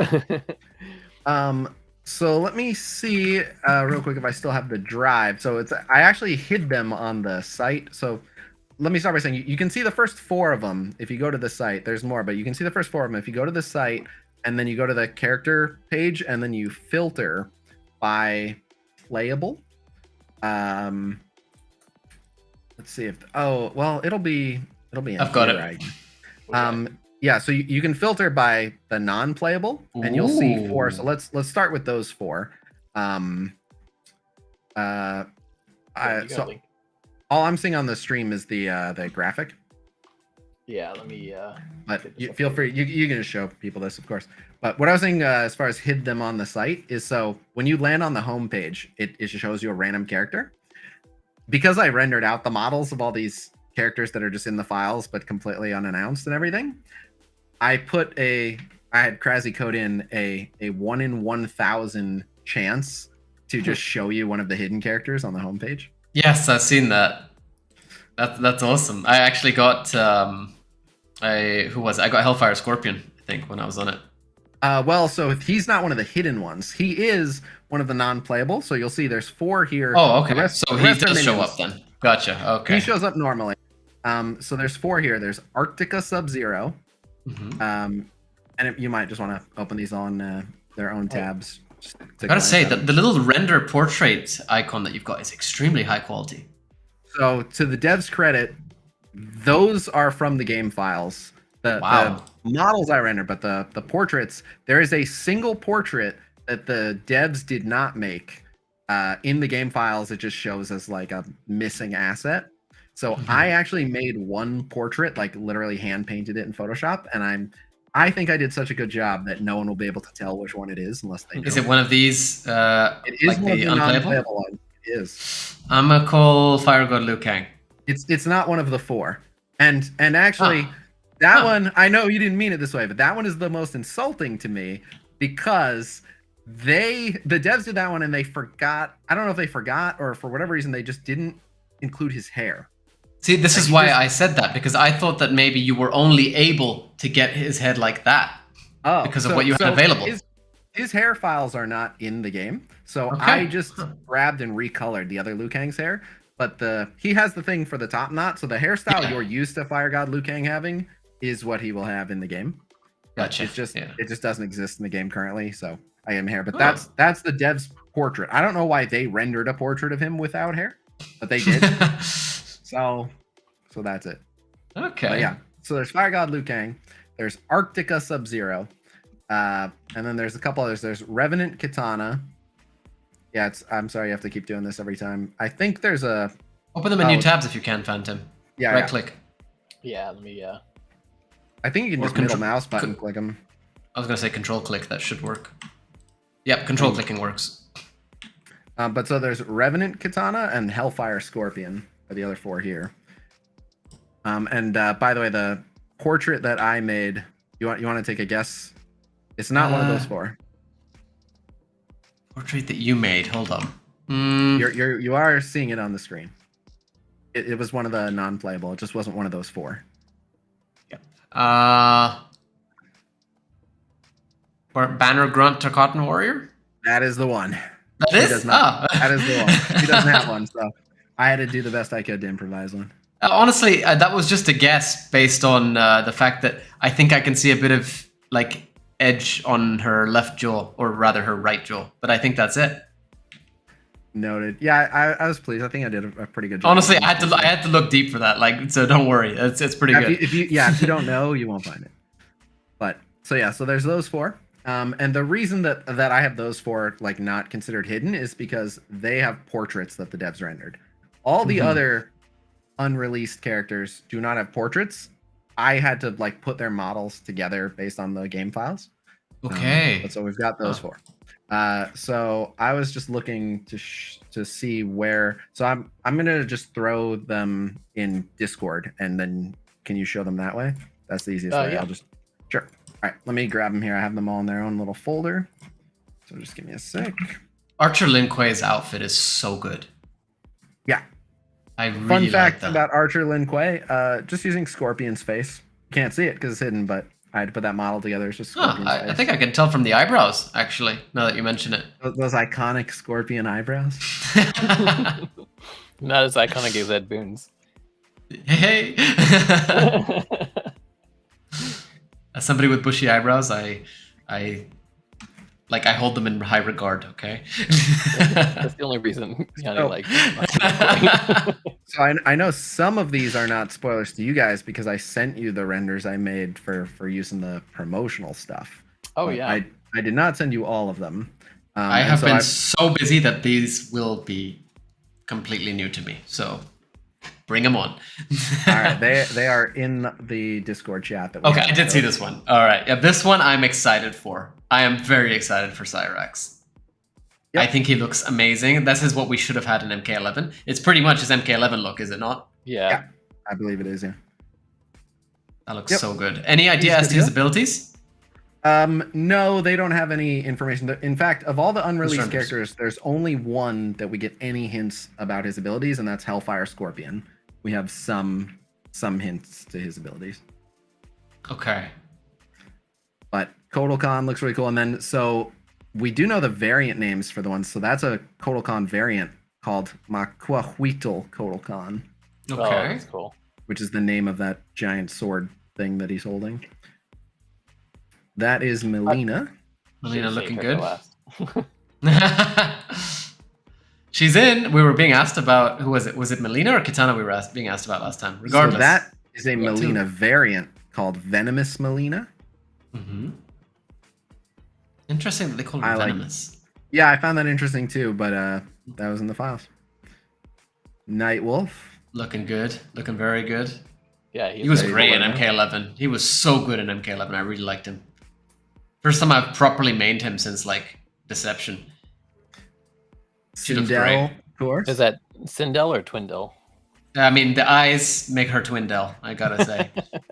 You remember that whole Souls? Not the way I almost called it Soul Stream. The Combat Cast, where they were saying she looks evil, so she has to be evil, but then her eyes were changed to normal. Oh yeah, right. I was like, what? You just went against your own point. Anyway, I see that we have Shinnok, who is looking very Pasty. his shoulders and no, it's his neck. There's no neck. Yeah, I think that's what it is. So what I will say is, and like that is the proportions of his model. Like I didn't do that, but the way all the models are done is every character's head is separate from their body because every character can get decapitated. Like there's already a decapitation fatality in the game at Sub-Zero's. Okay. So everyone's head has to be able to come off. So when I look at this Shinnok's head, it looks like they reused the like Shinnok severed head from MK11 because it looks like ghoulish. I can see that, but I have a better theory. Okay. Quan Chi's in the game, and we don't know what his fatality is yet. I'm calling neck stretch, and that's why his neck is so short. You never know. I do want to know, by the way, just before people read too much into this for lore reasons, that Shinnok's amulet is actually a big thing, like a prop from one of the stages, and I just stuck it in his hand. So okay. Yeah, there's no reason to believe he'll actually be walking around with his amulet. I don't know, but I mean, if he was walking around with the amulet, it'd be a bit too strong, I think. That's a 10 star. Shinnok was holding his amulet, and I'm making this, so I'm putting it in his hand. Yeah, it's cool. I like it. I'm glad you explained that because it's not actually like part of his character model or anything. I couldn't tell that you added it, by the way. Good job with that. But like we're saying, that would make him a 10-star character if it was actually his amulet. Some of them do have little props. Like Razorhat Kung Lao has this like little gold dragon medallion on his waist. I don't know what that's for, but that's part of him. And like Shang Tsung has his little like soul flask thing on his hip, which that's cool. That actually detaches and is like doing stuff in the game as part of an animation. So some of them have like a little prop item, but it's the MK11 gear basically. I think so. All right, so should we talk early access real quick? Yeah, probably should touch on that. That's why everybody's here. What? Well, so is it's not signed in, so that's why. Well, even so, it's interesting that it says that. I actually noticed this the other day. I think that it might be available now in more places than it was before. I don't know. I don't think so, but I can't say. So, it's only 5K plus downloads, so probably not. For that few downloads, I don't think so. Oh no, I just checked now. App isn't available, and this is on a UK.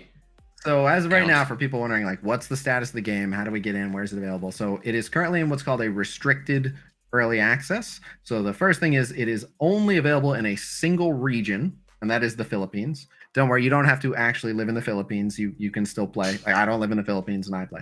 But officially, it's only available in the Philippines. It is only available on the Android platform. And as of 0.1.5's hotfix, you cannot use an Android emulator anymore. So you have to play on a mobile device. And then the reason I say it's restricted is even if you are on an Android device in the Philippines, if you go to the app's page in the Play Store, it will say the early access is currently full. Please check back later to see if more spots become available. So not only is it one platform, one country, it's also restricted. They're just not letting more people in. But the good news is, again, as long as you have an Android device, we can get you in. So it's a bit of a long process, but well, it's not that long, but it's a little bit longer than probably makes sense to go through all the steps here. But if you go to discord.gg/MK Onslaught, which I'm sure these guys will have a link to, and if you just search Mortal Kombat Onslaught, as far as I know, it's like the only Mortal Kombat Onslaught Discord. But yeah, if you go there, we have a channel called Latest APK, and there's a tutorial that I wrote out myself. You can follow in there, and that will help you get the app on your device. However, even if you perfectly follow all of the steps in that channel, you will get a message when you're done installing that says you are running an unlicensed version of the app. You must download the app from the store, and it won't let you proceed. Like, as soon as you boot it up, you'll get that error message and you'll be stuck. And do not fret, that means you've done everything in the tutorial correct. And then there is another step required after that. I don't want to get too much into the specifics because it's how we are working around a check that they have implemented to stop so many people from accessing the game early. But as I've said, as long as we're getting to keep the stuff that we're currently earning, I don't want to deny anyone the opportunity to start earning it themselves as well. So you will have to contact me or one of the other people on the Discord for us to give you the final bit of info you will need for the final step. And one of us is always around, and I try to respond like right away. And the reason that this is not in the tutorial, just written out where everyone can access it, is because it involves a resource that one of us is going to give you that we have. The resource is unique to not each person that we give it to, but to chunks of people. And it would be very detrimental to how people are currently accessing the game if we just put it there for everyone to use. It would make it very easy to keep people out of the game if we did that. So we have to keep it a little bit behind closed doors. But again, anyone who asks me, we will give them one. It's just important that people don't know exactly how many that we're handing out, so to speak. So I hope I'm not being too vague about this, but it's pretty simple. Go to the Discord, follow the tutorial, and then just send me or a couple of the other people whose names are in the tutorial channel on the Discord, and we'll send you the final resource, which for the protection of everyone, we can't just have sitting right there in the channel, but we'll get it to you right away. No further stipulations. Just message us, we'll send it to you, and you'll get in game right away. So just to be clear, if you want to attempt to get early access to the game, Pink Casino on Discord, and we'll leave you guys a way to get into that Discord chat room.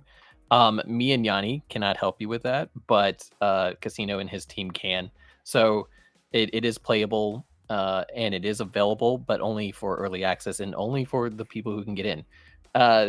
So yeah, it is out there, and that's the thing. Yep, and it's not illegal. It's not a hacked version of the game. It is the official version of the app from the Play Store, which is currently out. You know, there are people in the Philippines who just entered in through the early access. You're entering in the same way.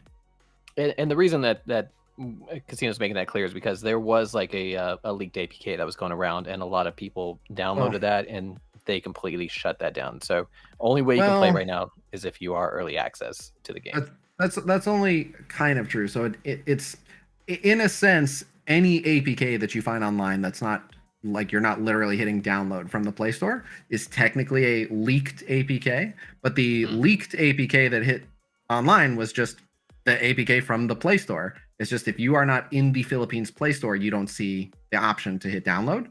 So someone just went, well, then you can download it from this website instead. But it was never like a leaked APK in the sense that like it got out. Like it's the version of the app they put out.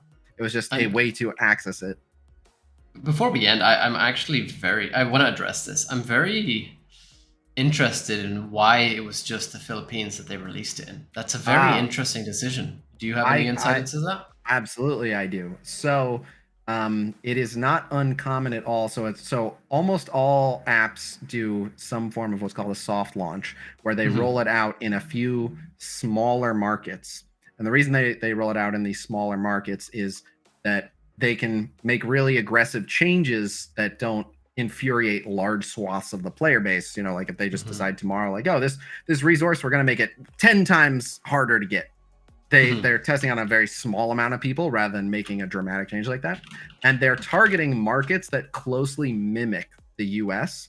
So it's very common to see soft launches in the Philippines, in New Zealand, in Australia, sometimes Canada. But one thing that kind of all those markets have in common is they mimic the larger markets like the United States. It's just, to me, it's so interesting because, I mean, you're saying it's going to be a smaller amount of people playing it, and that technically that would be correct with the Philippines. I mean, just pulling up the population here from last year, 114 million pretty much in comparison to New Zealand, 5.123 million. It's such an interesting choice of location, especially when usually these sort of things you'd expect them to sort of expand over time rather than just being in one isolated territory. Well, yeah, no, again, I'm sure they will. It's very common that they will eventually expand this soft launch. So right now it's only in the Philippines, but I can absolutely foresee them making an announcement like we've now added Australia and New Zealand to our soft launch. But there's something about the Philippines where it's I don't know the exact story, but it's something to do with like a lot of people there play mobile games. A lot of people there have compatible devices that are Android or iPhone, like very similar to the US phone models in a lot of instances. But there's, as I understand it, there's a lot about the Philippines that essentially mimics a US release, but on a much smaller scale. That makes sense. So the Philippines is always one of the go-to soft launch regions. It's Philippines, Singapore, Malaysia. You almost always see as like one of the first zones. Interesting. So, Casino, last question, I guess, before we kind of go into our outros here. If for all the current players, would you suggest saving up currency or going after new characters and upgrading your characters? So this is always the thing everyone wants to know, and I always get put in a difficult position, which is that all I can do is give you my best educated guess, and I'm always at the mercy of the devs turning around and introducing something with the next patch where everyone then looks at me and goes, "Why did we listen to you?" So I would say go somewhere in the middle, which is characters that you will use for one of the game modes. I would not feel like, oh, I'm using this on like a character I'm just going to use for boss tower when I can hold on to these users. Like I am going ahead and upgrading those characters, but it also makes sense to hoard a certain amount of resources. So don't power up your entire roster. That Tarkatan minion probably you might as well hang on to the resources rather than invest in him. He serves no real purpose. So I don't know what they have planned. You can kind of hedge your bets, but at the current rate of progress we've seen, it seems to me that anything that you invest, you'll be able to recoup before long. And currently that's greatly outpacing the rate at which they're putting new stuff in. So feel comfortable going ahead and investing, but without knowing what they're going to do, I can't give you an official right or wrong answer. But I mean, look at it this way. It's only been a few months. So like, let's say you blew all your resources tomorrow. Like, all right, so you're a few months behind in terms of how quickly you can generate those resources. But there's always, because it's still free. someone always gets the last laugh. You know, you'll have one player who's hoarding everything. They've been hoarding for 3 months now. They have so many crystals and so much gold. And then the new character drops and then they go, ha ha ha, I was right to hoard all this stuff. I got them ready max level day one. You all wish you were me. And then the very next patch after everyone was like, oh yeah, we should all be hoarding. And then they introduce some new content where it's like, if you already had these characters powered up, you're ready to go. And then those people get the last laugh. And, ha ha ha, we had these characters already invested in. We're way ahead of you. You're now scrambling to go back and take up those characters. So.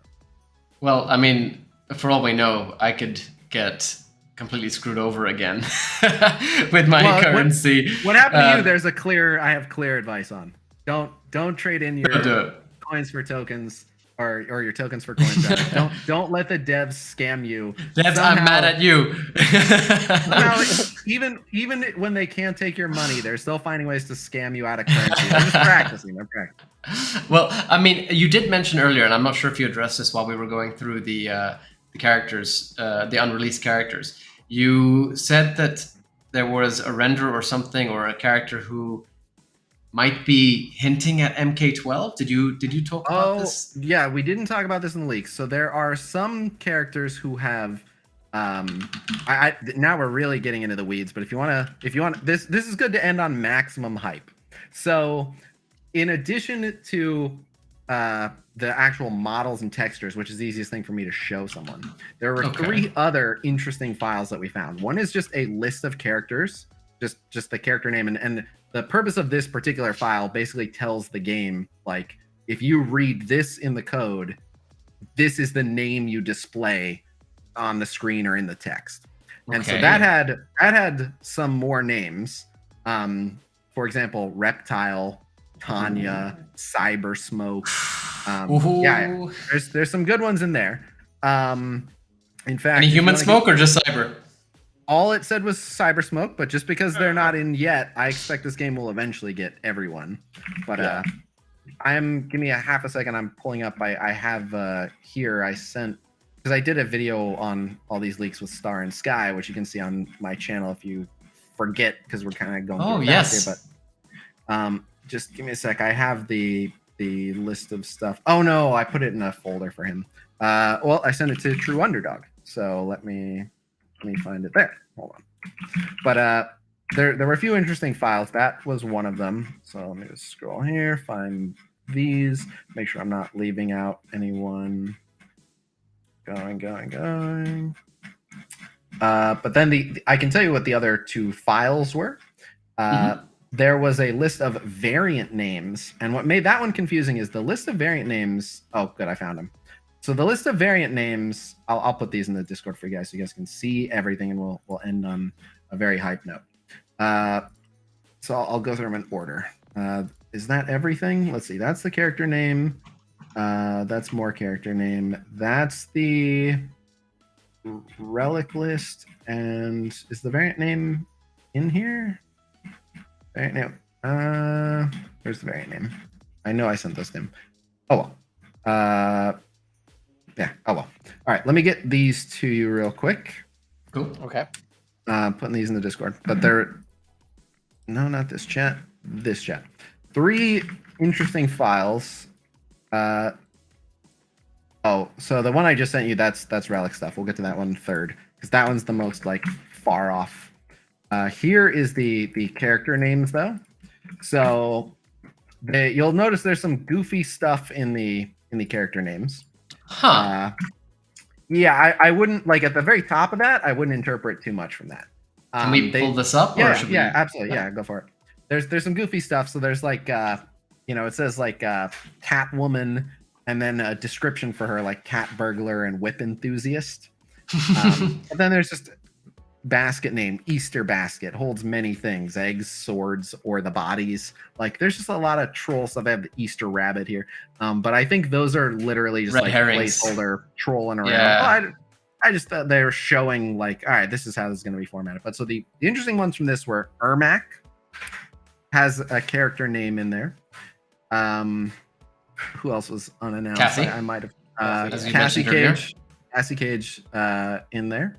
Why am I? Yeah, here it is. I find it interesting that they spelled Melina incorrectly twice. Yeah, I don't know what they're doing. M-E-L. Shinnok, we talked about. So yeah, there's Cyber Smoke. Oh, Cyber Sub-Zero is in there. Cyber Sub-Zero. Maybe I'm looking at the wrong one. Hold on. Yep, I am looking at the wrong one. So there's Cyber Sub-Zero. There was Cyrax we talked about. Kotal Khan, Melina, Nightwolf we talked about. Sindel we talked about. Tanya is in there. Excuse me. There's one that just says Undead. Cyber Lin Kuei and Black Dragon Male and Black Dragon Female. Excuse me. Are possibly some minions that are never going to see the light of day. Who knows? And then there was Reptile. Ninja Spirit. So what I'll show you a few other interesting images here that I have in this chat related to that, and then we'll move on, because I think the really juicy stuff was actually in the variant list. But so here's an example of this, and I think I have one more shot from these. Yeah, sure. So this is actually related to MK12 leaks, which is the video that True Underdog made here.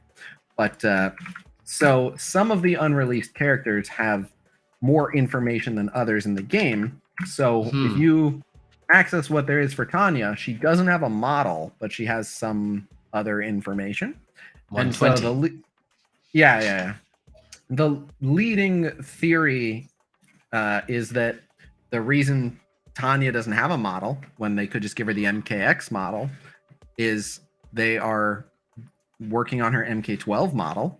And when it's done, that's the model that she will have, because every character's model in this game is a decent quality model There's this a is couple something of I them. kind of wanted to mention with Cyber Smoke, actually, because with Cyrax, we have an MK11 look for him. But for Cyber... Oh, there you go. You brought him up.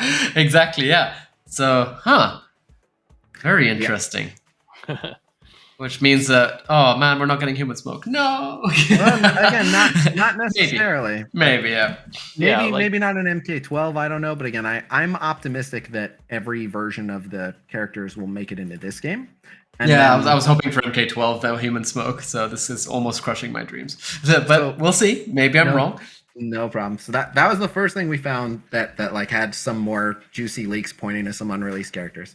The next thing I found was the variant list. And so we explained how variants worked earlier. And so for the most part, the variants didn't outright point to so the variant list doesn't say who they go to. It just says the variant name. So some of them were very obvious. Like one was A-lister, which is like, obviously that's a Johnny Cage variant, right? It doesn't make sense for A-list to be anyone else. It's not gonna be A-list Liu Kang. It's gonna be A-list Johnny Cage. So there were a few of them like that. Banshee Queen. It's like, okay, it's obviously Sindel. There were a few that were like, who is this? Who could this be? Which were not pinned down. But that variant list revealed a lot of variants that are have at least been thought out to some degree or concepted. So like Wind God Fujin is one that was on there, getting people pretty hyped. So that's pretty cool. Yeah.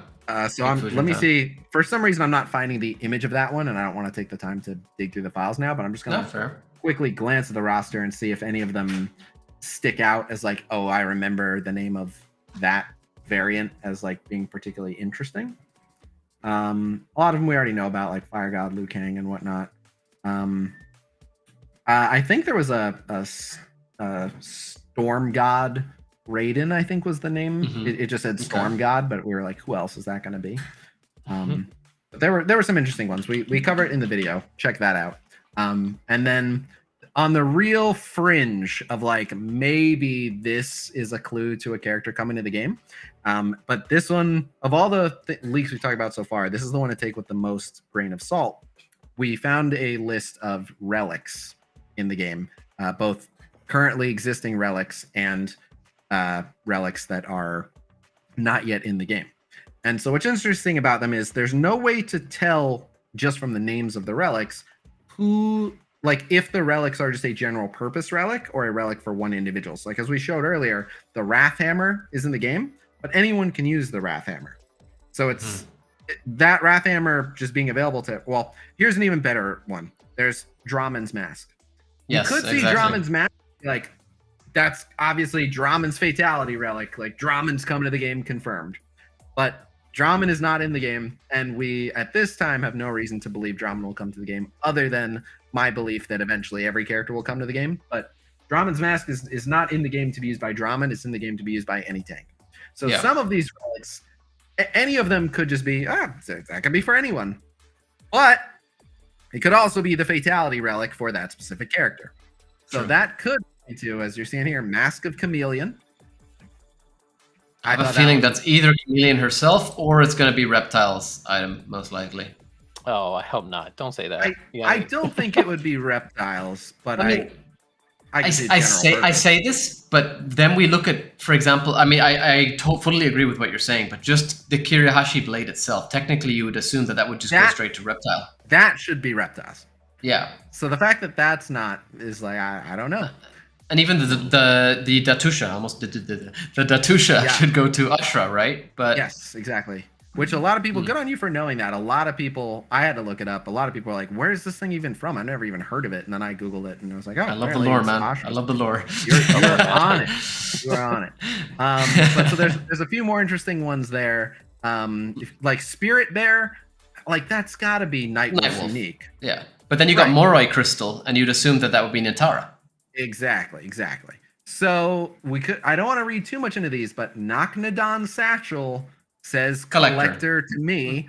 Bo Raicho's Flask says Bo Raicho to me. How'd you figure that one out? Yeah, I really I lost some sleep over that one. Jury's still out on Onaga's pendant. That could be anything. But, what's interesting would be Imprisoned Red Dragon, because that could actually go to quite a few characters, actually. Yeah, I feel like Imprisoned Red Dragon would be like a Kano fatality relic or something. Someone who's Black Dragon. I wonder if it's the actual Red Dragon that was imprisoned. Dagon's dragon. Oh, I'm not sure. Yeah.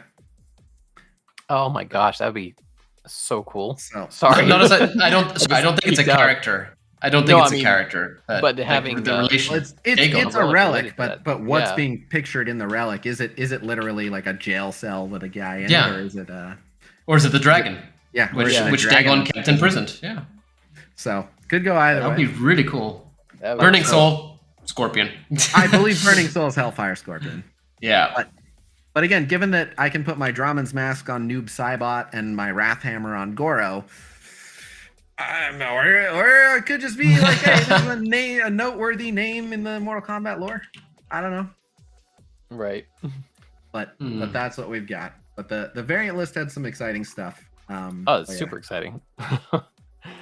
Well, I'm just thinking, am I misremembering? Did he imprison the dragon or did he kill the dragon? I have a feeling he imprisoned it and used it for those experiments. Did he not? If I remember correctly.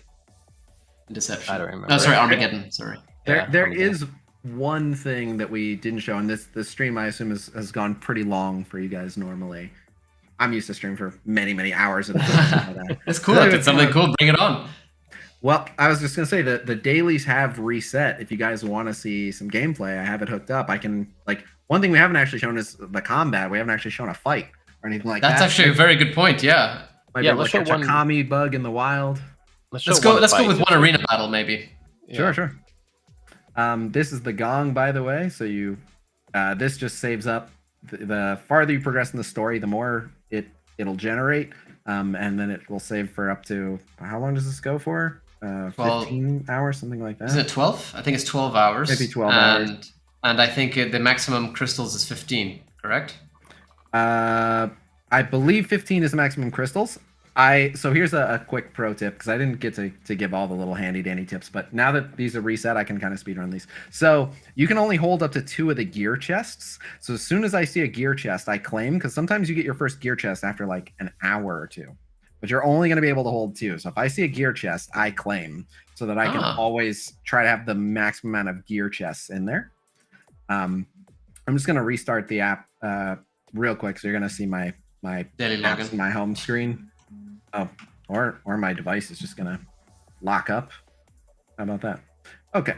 But all right, so we're restarting the app here, just so I can show you guys the dailies being tracked. But I've got a bunch of little interesting little nuggets I can show you guys here.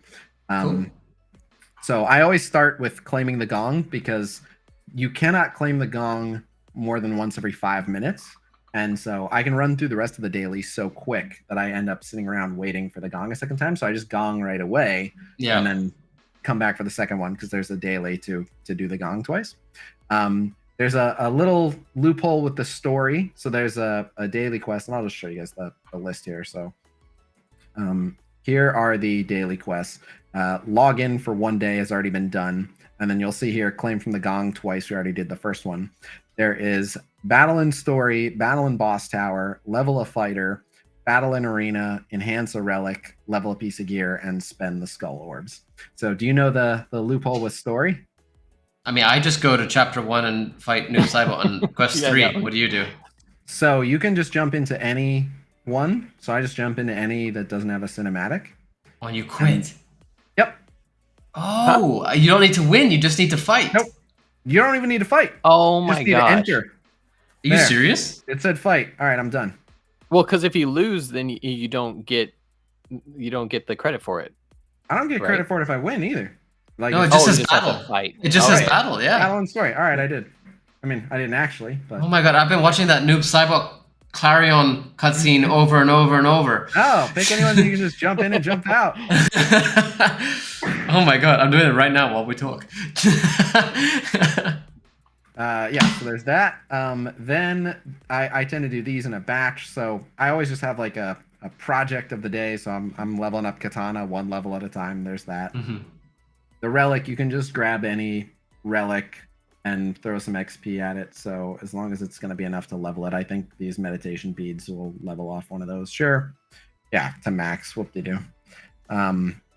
meditation beads are a really awful relic. And then you've got the gear. Oh, so I do have a pro tip for the gear too. I have a really, really good pro tip for the gear. So, All right. You always get gear in the gong that looks like this, level 1, tier 1. Yes. And so what you can do is you only have to do this the first time, is take one of those to level 4, which is leveling it 3 times for the achievement. And then just off the gear from the gong every day, you can go to the day before and throw in the one that you took to level 4, and then 2 more that you'll have claimed from the gong, and that'll get the new one to level 4 for tomorrow. Oh. So okay. Now I'm throwing in my 1-4 and my 2 1-1s from the gong. And now this is my new 1-4, and when I get 2 more from the gong tomorrow, I'll rinse and repeat. And that way you never actually have to use any gear that you care about. You can just keep recycling the super garbage gong gear and always get that daily done without feeling pressured to, because eventually it gets really pricey to level the gear in terms of like the amount of gear you have to throw into it. It's funny, you'd think this would be obvious, but it just doesn't click. Nope.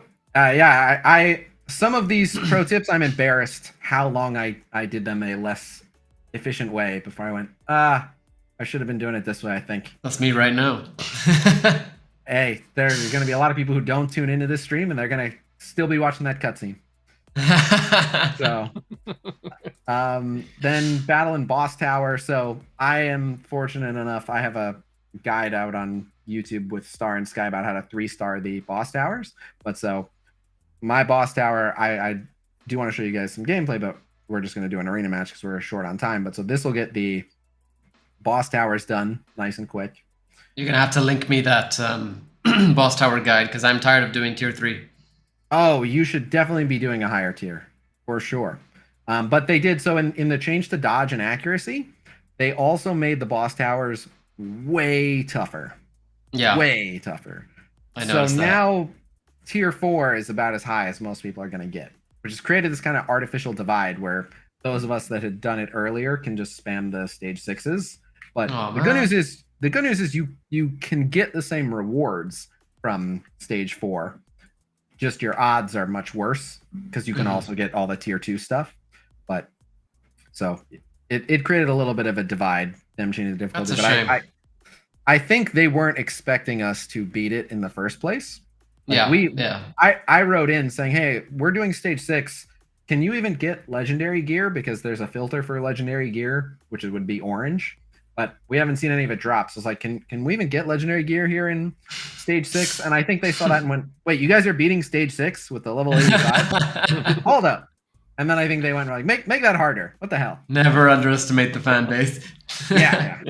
That might have been my fault for calling their attention to it, but I don't know. So then, there's just the arena. The gong is already back around in the time we've been talking. So there's the second gong. I have to do 3 arena matches and then a summon. So we'll do an arena match and a summon, but let's show some actual combat here. On any other day, literally on any other day, I would have been able to show you guys like really high level arena gameplay. But on the reset. On the reset day, it is... I'll see if I can find someone really challenging here, but probably... Oh, get like sure. 50. Oh, there we go. That's a fight. Now, I'm not going to take the time to like really evaluate how each character is built. Well, actually, take a moment just to show us the thought process behind it. Sure. So you can like I can see like, okay, he's running Crown of Gerard. It's not a terrible relic, but it's not optimal. And you'll notice it's stuck at 15 because he hasn't duped it. Running a Tenacity and Mastery set with crit chance, that's not optimal. You definitely want to give this guy some attack. Okay. But I can see the level of the abilities and stuff. But so, I want that Kung Lao to run into my Goro and get smashed, which I think is what's going to happen. So, the safest thing I can do, I can run this match. I think I can switch up my team and get a guaranteed win, but the team that I'm using has pretty good odds of winning, and here's why. The character that's in the back row in the middle, most of the time on the enemy team will run up. So I'm talking about Razor Hat Kung Lao on the enemy team. Most of the time he will run at my Goro. And if that happens, I should win this. Does your Scarlet not do the same thing? My Scarlet most of the time will run under my Xiao and clash with his Xiao. They kind of like go around each other. But my Scarlet pretty much always goes under, except if they have like a actual melee character in the front row somewhere else. So like if Goro was in the front row on their team, my Scarlet might go up. But their Kung Lao just some of the time will just run down. So I'm going to start this fight, but if Kung Lao runs down, he's going to annihilate my Scarlet, and then I'm going to lose really, really hard. Okay. So that shouldn't happen, but it's a roll of the dice. So I'm willing to roll the dice to keep it interesting on the stream for everybody. But if Kung Lao goes down and just massacres my Scarlet, I'm in for a bad time. So go up. Hey, he went up. All right. So he still does have a bit of a power advantage over me, but I should be able to pull off a win here. My Goro is in a 2v1, but my Goro will certainly be able to tank. And no one has Kami Dogu, so that's good. That is, yeah, I was thinking there's no half health. It's a shame the frames are so low on this. Unfortunately, they're great on my end when I'm broadcasting, but I like to try to kill Goro. Oh, my Goro got one shot by his Aaron. That's really unlucky. Well, this is really dangerous now. So I need his Goro to die right here. Okay, that's something. But I don't think I'm going to win this because my Goro got annihilated by his Aaron. But we'll see. The fight is still raging, but I'm pretty sure we. I found it interesting because also your threat level was 409k and his was 450k. But what I've noticed as well is that you can go up against somebody much higher or lower and win or lose. Yeah. The threat is not a great indication. I'm salty that I'm gonna lose this, and that was just because his Deadeye Aaron got such a good crit on my Goro. My Goro has a really early ult, but yeah, that's a wrap. Curtains out. Oh, normally I would quit out if I know the result, but I'll let it play out so people can see. Usually, what I do before I start a match is I look at the I don't know what's called, the little key at the top that talks about which characters do well against what type of characters. Yeah, and all I do is lay my board out based off of that. And so if you stack the affinity, you'll absolutely win. This person, as you can see, they have like they're doing it smart where they have some mind, some spirit, some body. Yeah, but like because I did not have a layout where I could actually reach their Goro, if I do this, and actually the really safe bet is this. If I do this, I don't think I can lose this match unless it's like freak RNG. I should win, and that's because the reason I say that is Razor Hat will eviscerate his Undying Xiao, and the attack buff from Scarlet is gonna, like, you'll see how fast his tank should melt. There's that attack buff. Oh, actually, credit where credit's due. His Xiao should already be dead, but he's still kicking. But all right, so there you see, like, his Xiao just went down for the first time already. So now you just draw some attention to Goro. Hopefully my Scarlet can still do enough there. All right. Oh, wait. No, get up. Okay. This should kill or cripple Goro, and then flame on, and we're gonna win. Yeah. So I can. All right. That's the win. But yeah, you got to see a contentious match. Bonk him in the head with the hat. There we go. One defeat and one victory. Perfect example of the game. And that's how you beat someone with higher power than you. Yeah, that's it. Just stack your affinity. I see you got a nice free couple of wins in there as well with the 29k threat level and 66k. Yep. Yeah. Actually, so if you want, I'll do one more thing to show people. I'm gonna fight the guy who's 29k. It'll take 2 seconds, and then I'll do a summon, and then all the dailies will be done. And when I say like there's limited content in this game, the fact that like this was like 10 minutes, all the dailies will be done. But I'll be able to show you guys a screenshot of what the full daily rewards look like. A lot of people don't actually claim them 10 at a time. But so that I just ran through that because that's my third arena match. We'll do a summon, and maybe we'll get something really epic on stream. I don't know. Do you think we have streamer luck? Probably not. I feel like we should go for a full 10 pull. If you want me to do a 10 pull, I will do it. It's only if you want to. I don't want to mess up your progress route. I'm way ahead of everyone. Like not literally every player, but I'm the 1% in this game. So I'm like, hey, I don't mind handicapping myself. I have enough of a head start. I want to see all your stones into gold. Yeah. There's people who are losing their arena tokens. So right. So do you want me to do it as a 10 pull? Let's do it. Yeah, let's do it. All right. Let's see if your theory holds true. Show me something good. Show me the money. Oh, it's blue, so I'm not that excited. Maybe a throne or a Kirahashi or something would make me excited. There's some blue drops that would be nice here. Those I think are all characters. So yeah, there's nothing exciting about that. I'd take the Aaron. I'd take the Aaron Black. He's no good to me. All those relics are awful, man. Ugh. Yeah, that is a bad pull. Yanni's just sabotaging you so we can catch up. Okay, by all means. My name is comment. Casino. If I wasn't willing to roll the dice on this, I do my name. But so here, I can show you. This is when you hit claim all. That's all the dailies done, and this is your full daily resource income, not including the gong. And obviously, you can.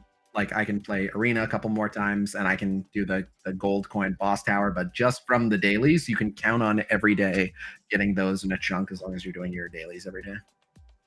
So, a little bit of useful. Right. Awesome. Now you've really seen everything. Deep dive. We went into the game files. We showed the gameplay. I don't think we could have done a deeper dive. Tell everybody again where they can find you. Just plug your channel, plug your Twitter, YouTube, everything they got. Sure. So I am most active on the Discord, which is discord.gg/MK Onslaught, which anyone is welcome to join, even if you're not currently able to play the game. If you want to hang out and learn the game until it becomes available on your device or anything like that. I do have a YouTube channel that I sometimes upload some Mortal Kombat Onslaught videos onto. Once the game is closer to release, you'll see me uploading very regularly. But until then, just like every month or so, I maybe put up a video. So youtube.com/casino. And then twitch.tv/casino, and it's all spelled the same, KHASINO. And we'll be leaving links to all that in the description anyway, of course.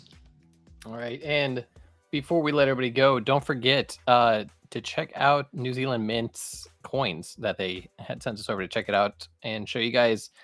Just because, again, it's only 20,000 of each of them made. They're worth collecting. And wait, 20,000? You said 2,000 earlier. Oh, sorry, I'm right. You're right. 2,000, only 2,000. Yeah, that's a huge difference. Yeah, and it's 1 ounce of pure silver, so you can't have too much silver, right? Next time, gold. Melt them down, kill some vampires. But yeah, be sure to check those out. And Casino, thank you again for joining us and showing us around Mortal Kombat Onslaught. No problem. I think there's a lot of valuable information. I'm going to level up my players, only the ones that I want to, and everything else I'm just saving up until the official release. So it's been great chatting with you today. Yeah, I thank you for the most useful information of don't click OK when it resets the season. So thank you very much for that. Don't click OK. Don't skip your cutscenes. Don't challenge people with Kamidogu. Well, thank you, Casino, and thank you to all of our listeners. We really hope you enjoyed today's discussion. As always, it tends to go on longer than we expect just because there's so much to talk about, and it's a lot of fun for us. We expected it, actually, but not this long. We're totally good with it. Honestly, we got through so much, and I'm really happy we did such a deep dive. To everybody listening, we haven't actually announced our next episode of the Realm Kast. We will be announcing that. Do you want to? Yeah, go for it. Yeah. All right. Well, so this is a little special for anybody who's left around. Our next episode, I think, let's go ahead and we're going to release our episode with the original Sonya Blade, Liz Malecki. So I've been waiting so long to be able to announce that one, actually. That's so cool. I stole that from you. So if you're interested in the original Mortal Kombat, this is Liz's first interview in like almost 30 years. So Yeah. we're super excited to be sharing this with you guys. She's going to tell you some insights about the making of Mortal Kombat and kind of where her life has gone after Mortal Kombat. It's a great interview. We can't wait to share it with you guys. So be sure to check that out on the next Realm Kast. Yep. Yep. In the meantime, don't forget about Mortal Kombat Online's other programs, such as Fan Fight Friday, 6 to 8 p.m. Eastern Time, and Survival Saturdays, which is 9 to 11 p.m. Eastern Time. And Mortal Kombat Online also has a Fight Club. If you're not part of it, register. It is such a cool system. It's a whole new way to play Mortal Kombat 11, and like what it does. I can't. We made a whole episode of the Realm Kast about it. It's just worth checking out. So be sure to check out Mortal Kombat Online and the Fight Club. I fully believe it'll revolutionize not just Mortal Kombat's style of like tournament play, but just fighting game play in general. Yes, I agree. It's one of the coolest things I've ever seen. So innovative, honestly. If you guys don't know what we're talking about, check out our episode with MKO. Honestly, it is so cool to see what they're doing. Their minds, man. They know what they're doing. But thank you, everybody, including you, Casino, for joining us on our 6th Soul Stream episode. We really hope you enjoyed the latest episode as well from last 2 weeks ago with artist Iso Murga. He's generally known by his online alias as @Iso13. If you missed it, go check it out, because whether or not you know that you know him, you know his art. Trust me, if you're a Mortal Kombat fan, you've seen his art before, even if you don't realize it. So thank you all for your support, your engagement. We really can't wait for you to hear what we have next as well. As we mentioned, Liz Malecki, first interview in basically 30 years. It's a really cool one. So come join us for that. Yep. And you can find Yanni and myself, Phantom, on the Mortal Kombat group on Facebook, as well as Yanni on the Mortal Kombat meme realm, which is also on Facebook and Instagram. So be sure to check that out. We also have our official Discord channel, which I think we really should start linking in the description now that I think about it. Hosted on MKO's server through the link in the description, which we will be adding, where we discuss Mortal Kombat along with our listeners, of course.